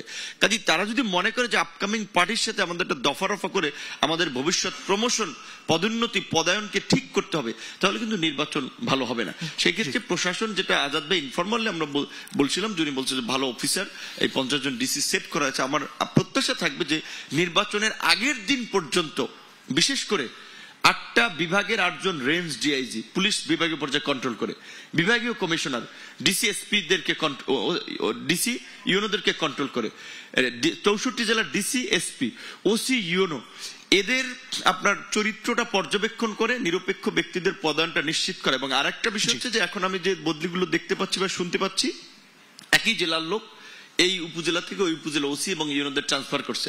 সেই ক্ষেত্রে কিন্তু ওনাদের অলরেডি ওই জেলার নেতৃবৃন্দের সাথে একটা সখ্যতা গড়ে উঠেছে, ওনাদেরকে আন্তঃজেলায় বদলি করতে হবে, জেলার বাইরে, ওই জেলায় না। এই ধরনের একটা প্রশাসনিক যদি নিরপেক্ষতাও নিশ্চিত করা যায়, তাহলে নির্বাচনটা আমি মনে করি যে আমাদের কাঙ্ক্ষিত নির্বাচন অন্তত হতে পারে। অসংখ্য ধন্যবাদ জনাব নুরুল হক নূর। আমি একটু জনাব অধ্যাপক ডক্টর মওদুদ আলমগীর পাভেল ভাই আপনার কাছে একটু আসতে চাই যে নির্বিঘ্ন নির্বাচন আয়োজনের কথা প্রধান উপদেষ্টা গতকালও বলেছেন যে নির্বিঘ্ন নির্বাচন অনুষ্ঠানে বা আয়োজনে আসলে রাজনৈতিক দলগুলোর সদিচ্ছা কতটা আছে, আপনার দলের পক্ষ থেকেও সেটি আসলে কতটা অবদান রাখছেন?